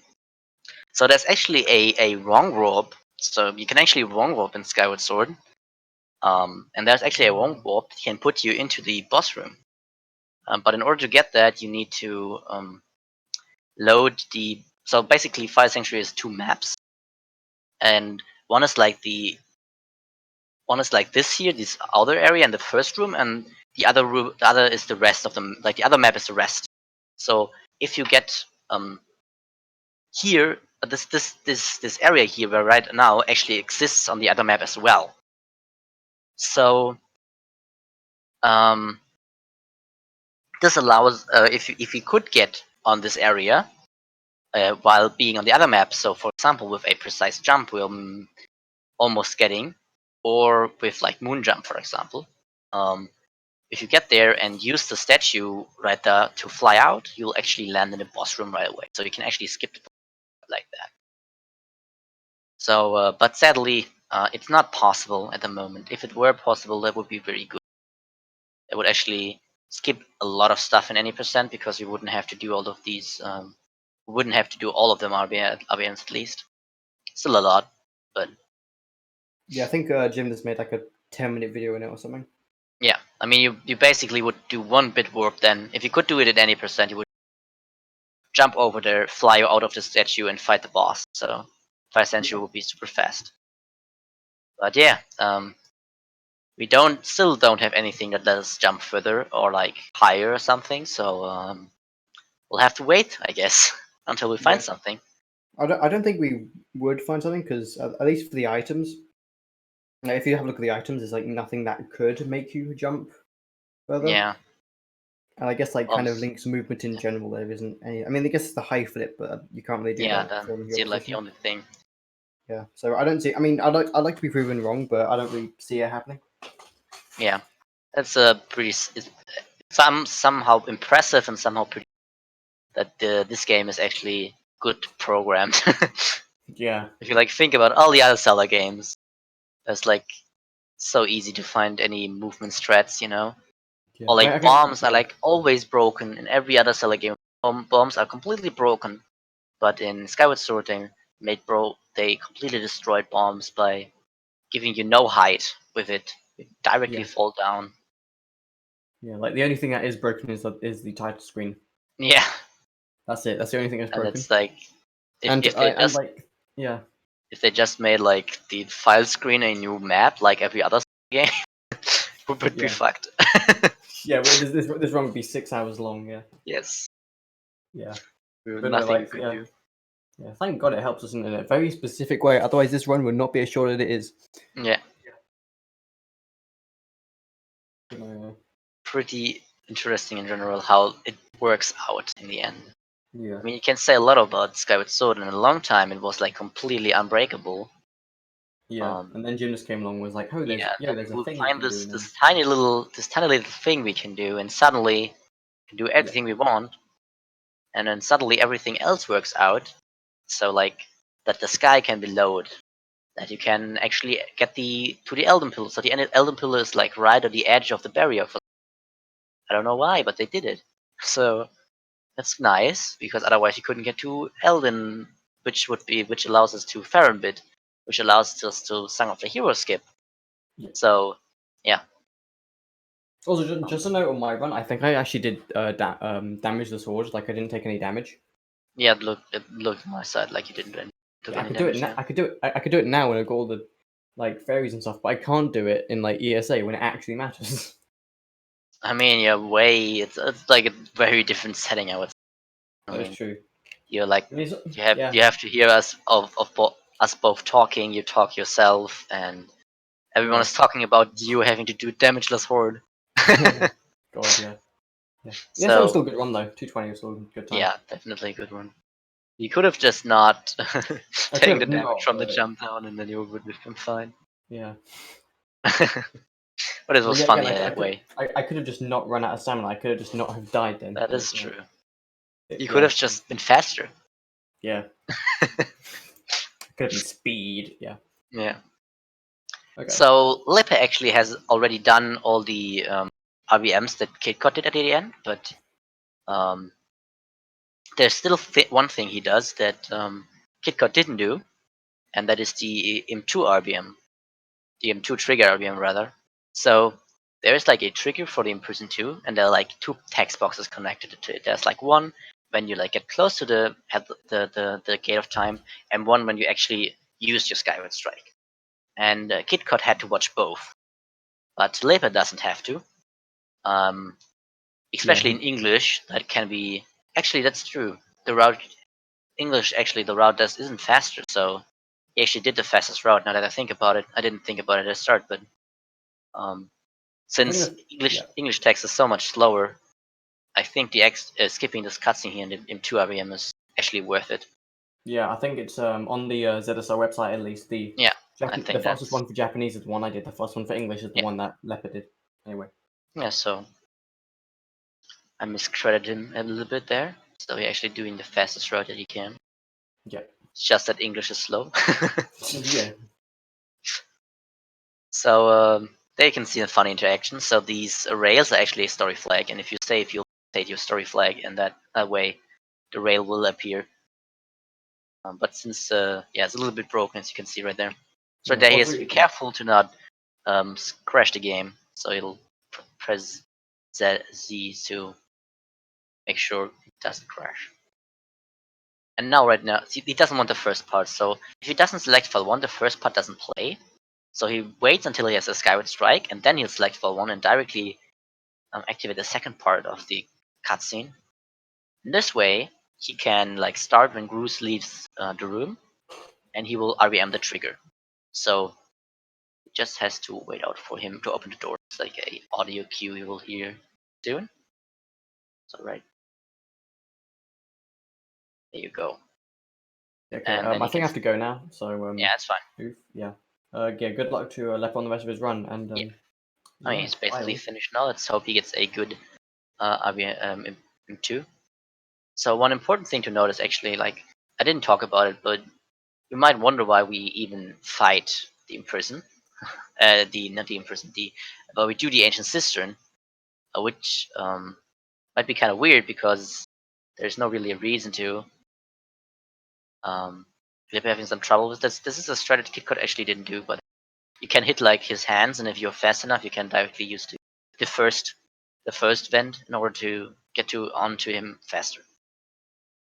But he didn't get it, so he has to use the second one as well. What I was talking about, so you have to beat Ancient Cistern. And the reason you have to beat Ancient Cistern is otherwise the game crashes in this fight. Like if you go into this area to trigger this fight. And the reason for that is that Gruus just doesn't like us. So if he doesn't have his Gruusinator, he'll crash. He'll just say, no, you can't go into this area, my friend, if I don't have my Gruusinator. And he only gets his Gruusinator if you beat Ancient Cistern. So, a little bit unfortunate right there. Leper doesn't seem to he didn't get the first cutscene skip, but it's fine. So yeah, that's really unfortunate because skipping the Ancient Cistern would skip a lot. It's basically like Volcano Summit. Volcano Summit is a little bit more time save, but Ancient Cistern also saves like 13 minutes or so. So probably 15 minutes more like. Because you actually skip like Thunderhead, you skip the Water Scale, and you skip all of Ancient Cistern.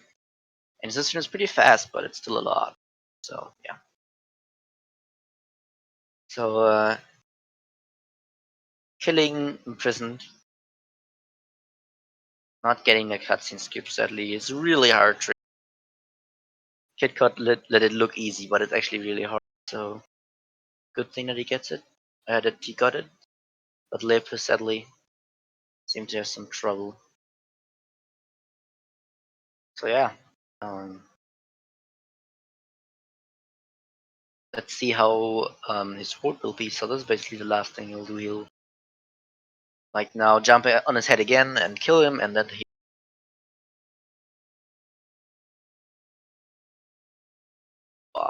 the last fight.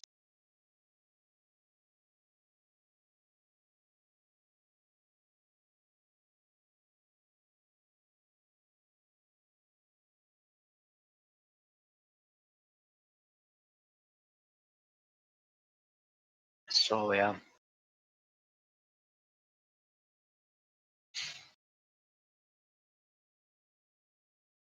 So again, there are like a lot of things that we'll try to look for at the moment. We'll actually like I might talk about along some things. So we're actually finding a lot of things lately, little things at the moment, but maybe soon. So there has been a trick for a very long time now, actually found by me. Um, it's called the bat trick, and so far it's been like kind of useful, but more like task useful because it's actually pretty hard to get. Um, but we're actually finding uses for it at the moment because you finally understand how it works, and it actually is um, able to like do a lot of things. So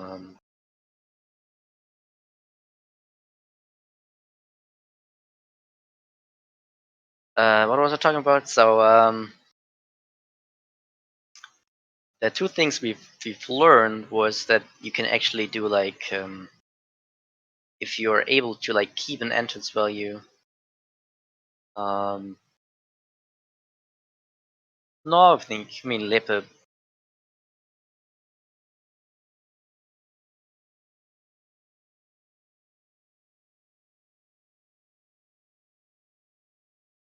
So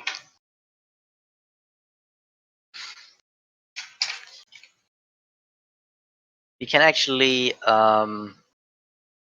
do enough things with that. So we actually found out that we can use like the entrance that like maybe I should explain Batrick. So you didn't see it here, but Batrick basically works that you load your last entrance, so you don't load your file normally. And this way you can actually like put another file to every other location. So for example, you could put your early game file into Linneo. You just need a file there, and then you can do Batrick, and then you can put your other file there. So that's very nice. But it's only very useful, or for a long time it was only useful for like backtracking. So we used it in a older route when there wasn't as much back in time. We actually found a way to fit it in and save like a good minute. But at the moment, it's way too hard to actually try to make a route. So you can probably implement it, but again, it's frame perfect trick. So most people not interested in trying that because it's a little bit annoying. But what you can do with it as well is you can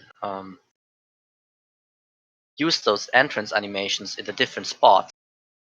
If you respawn again after using backtrack, you will use that entrance animation somewhere else, like where your statue was, and those can actually put you in like a no clip state. So actually, it's actually possible to like find ways to clip maybe with. If we're lucky, you might find ways to clip with this, or we find ways to do other things. Some stale entrance warping, what we've found as well. Not as good as other stale things that has stale in his name. Not as powerful at all, but it's still pretty good. Oh, we'll see. Maybe it will just be nothing. Patrick is really weird. Has been on my mind for a long time. Glad to finally find a way to actually do something with it. That is like more than just backtracking, skipping. So yeah, he will now get the True Master Sword and finish up the fight. Hopefully, he won't die. If he dies, we might have to cut it. So we'll see. But he will probably be fine. He's a fairy, knows a lot of health, and he's also pretty experienced. So I think he's got. actually going to safety heal here, even the next 2 hearts. So he's going full safety now, which makes sense. I mean, he's already a little bit behind Kitcot. Actually, don't know what his PB is. So again, since he's on English, his PB will obviously be at least 10 minutes in Kitcot's because because of language differences. I'm actually interested if Lepe has like US 1.0 or not, because again, as I said earlier, there's like one exclusive trick to US 1.0, so you can actually, in the Ancient Cistern, for some reason, the 1.0 version, there is like a clip you can do, so that the collision isn't working there at all. It's fixed in every other version, but it's not fixed in the 1.0 version of US, and that just allows you to like basically do everything you want in Ancient Cistern. Yeah, so you can get the whip chest, you can get to the basement and stuff. So it's like the 2 things you need to do in the Ancient Cistern, you can do with Cistern Clip. So you basically enter Ancient Cistern without the precise setup, then you get the boss key, then you do with the Cistern Clip, then you do Cistern Clip again and get the whip chest. And yeah, and you're even faster on your way than the Japanese version. But again, it doesn't save enough time to make up for. I think at the moment, so again, the whip chest was pretty new, a newfound possible way with System Clip. So before that, with only the early boss key, it saves about a minute, I think. And with the whip now, we'll probably save like 2-3 minutes, something about that. So at least there's something to playing in English. And we can also read the text, that's also nice. So sadly, Libby didn't get hard skip, and there you can see this really, really, really annoying blue Bokoblin. So he got him off the edge, which is not easy at all. But he was able to do it, and yeah, he can be really annoying because he will always run away. Then he will do a charge attack and then run away, charge attack, run, and he can go even behind the barrier, so we'll end up not being able to hit him. So yeah, that can be really annoying. So yeah, seems like this looks fine. I'm still pretty sure he's still a fairy, so he's fine. Again, the important part is getting past the Bokoblins in the middle. After that, you have like a save point, basically. So you will, yeah, those archers have aimbot. Oh, that's funny. So you saw there was like no text box, so, oh Jesus. Okay, he's a fairy, right? Okay, it's fine, it's fine. So, you saw like the text box right there with the arrow. So, since we never got the bow, there's actually this funny text box. So normally there are never archers, and in this whole game, the archers only appear after you have the bow. So you'll never see the empty text box. And by the way, there's Zelda. Definitely not Zelda. So yeah, you never see the empty text box. And what you saw right there was he used his Zelda dowsing to douse for Zelda, but apparently Zelda wasn't there. So yeah, apparently Zelda didn't get kidnapped in the end, so it was him just making like a fake plot. So he's actually not.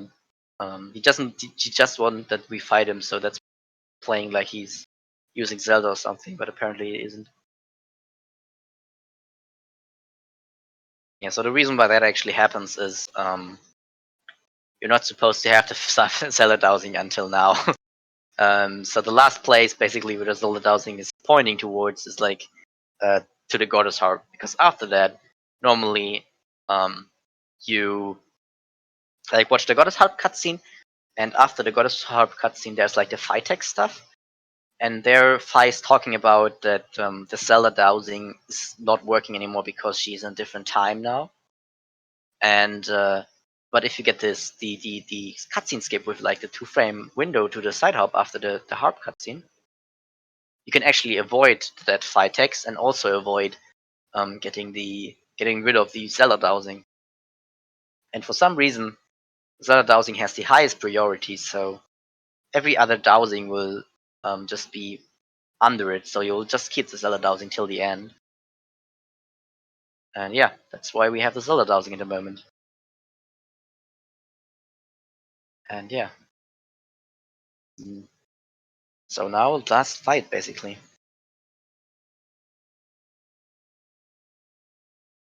See if he can do the mice.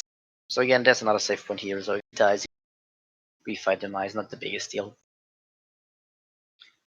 So a funny thing actually is that we can only do some of the hero skip because we are playing in hero mode.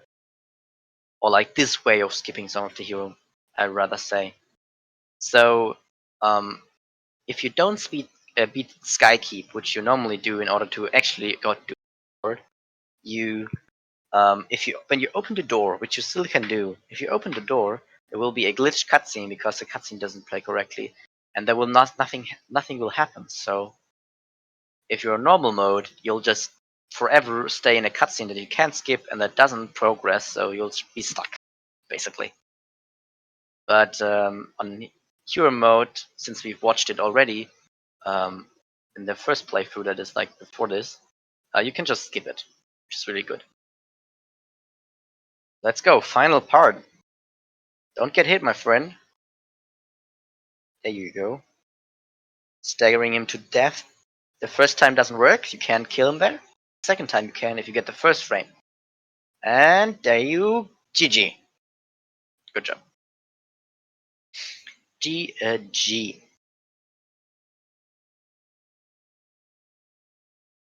It's okay. We're going pretty late anyway. So I'd say well, good run for both, I would say. I mean, it's just English, so he had a pretty big deficit at the start. It's impressive that he come so far already, and he probably has a good chance on the loser bracket at the moment. So we'll see. All right. Well, with that, GG to both of our runners, Kitcot and lepelog. Please give them both a follow. Excuse me. Big thank you to our commentator today, Copernicus, handling the entire race. 2 different routes on his own, I might add. So it was not that much different, luckily. There was one point where it's a little bit difficult. It was fine. Thanks. So with that, gonna go ahead and head out of here for the moment. We do have coming up shortly, within a few minutes, I believe, we're gonna have a Wind Waker randomizer tourney match over on ZSR2. Loser bracket quarterfinal in there, and then later tonight we have a couple of Link to the Past all dungeons restricted major glitches tournament matches, and then announced it in the ZSR Discord today. A couple of schmucks named Trezco and Void Kingdom. I don't know if anyone's ever heard of them before, but they're going head to head in a Sploosh Kaboom match on Wind Waker Rando.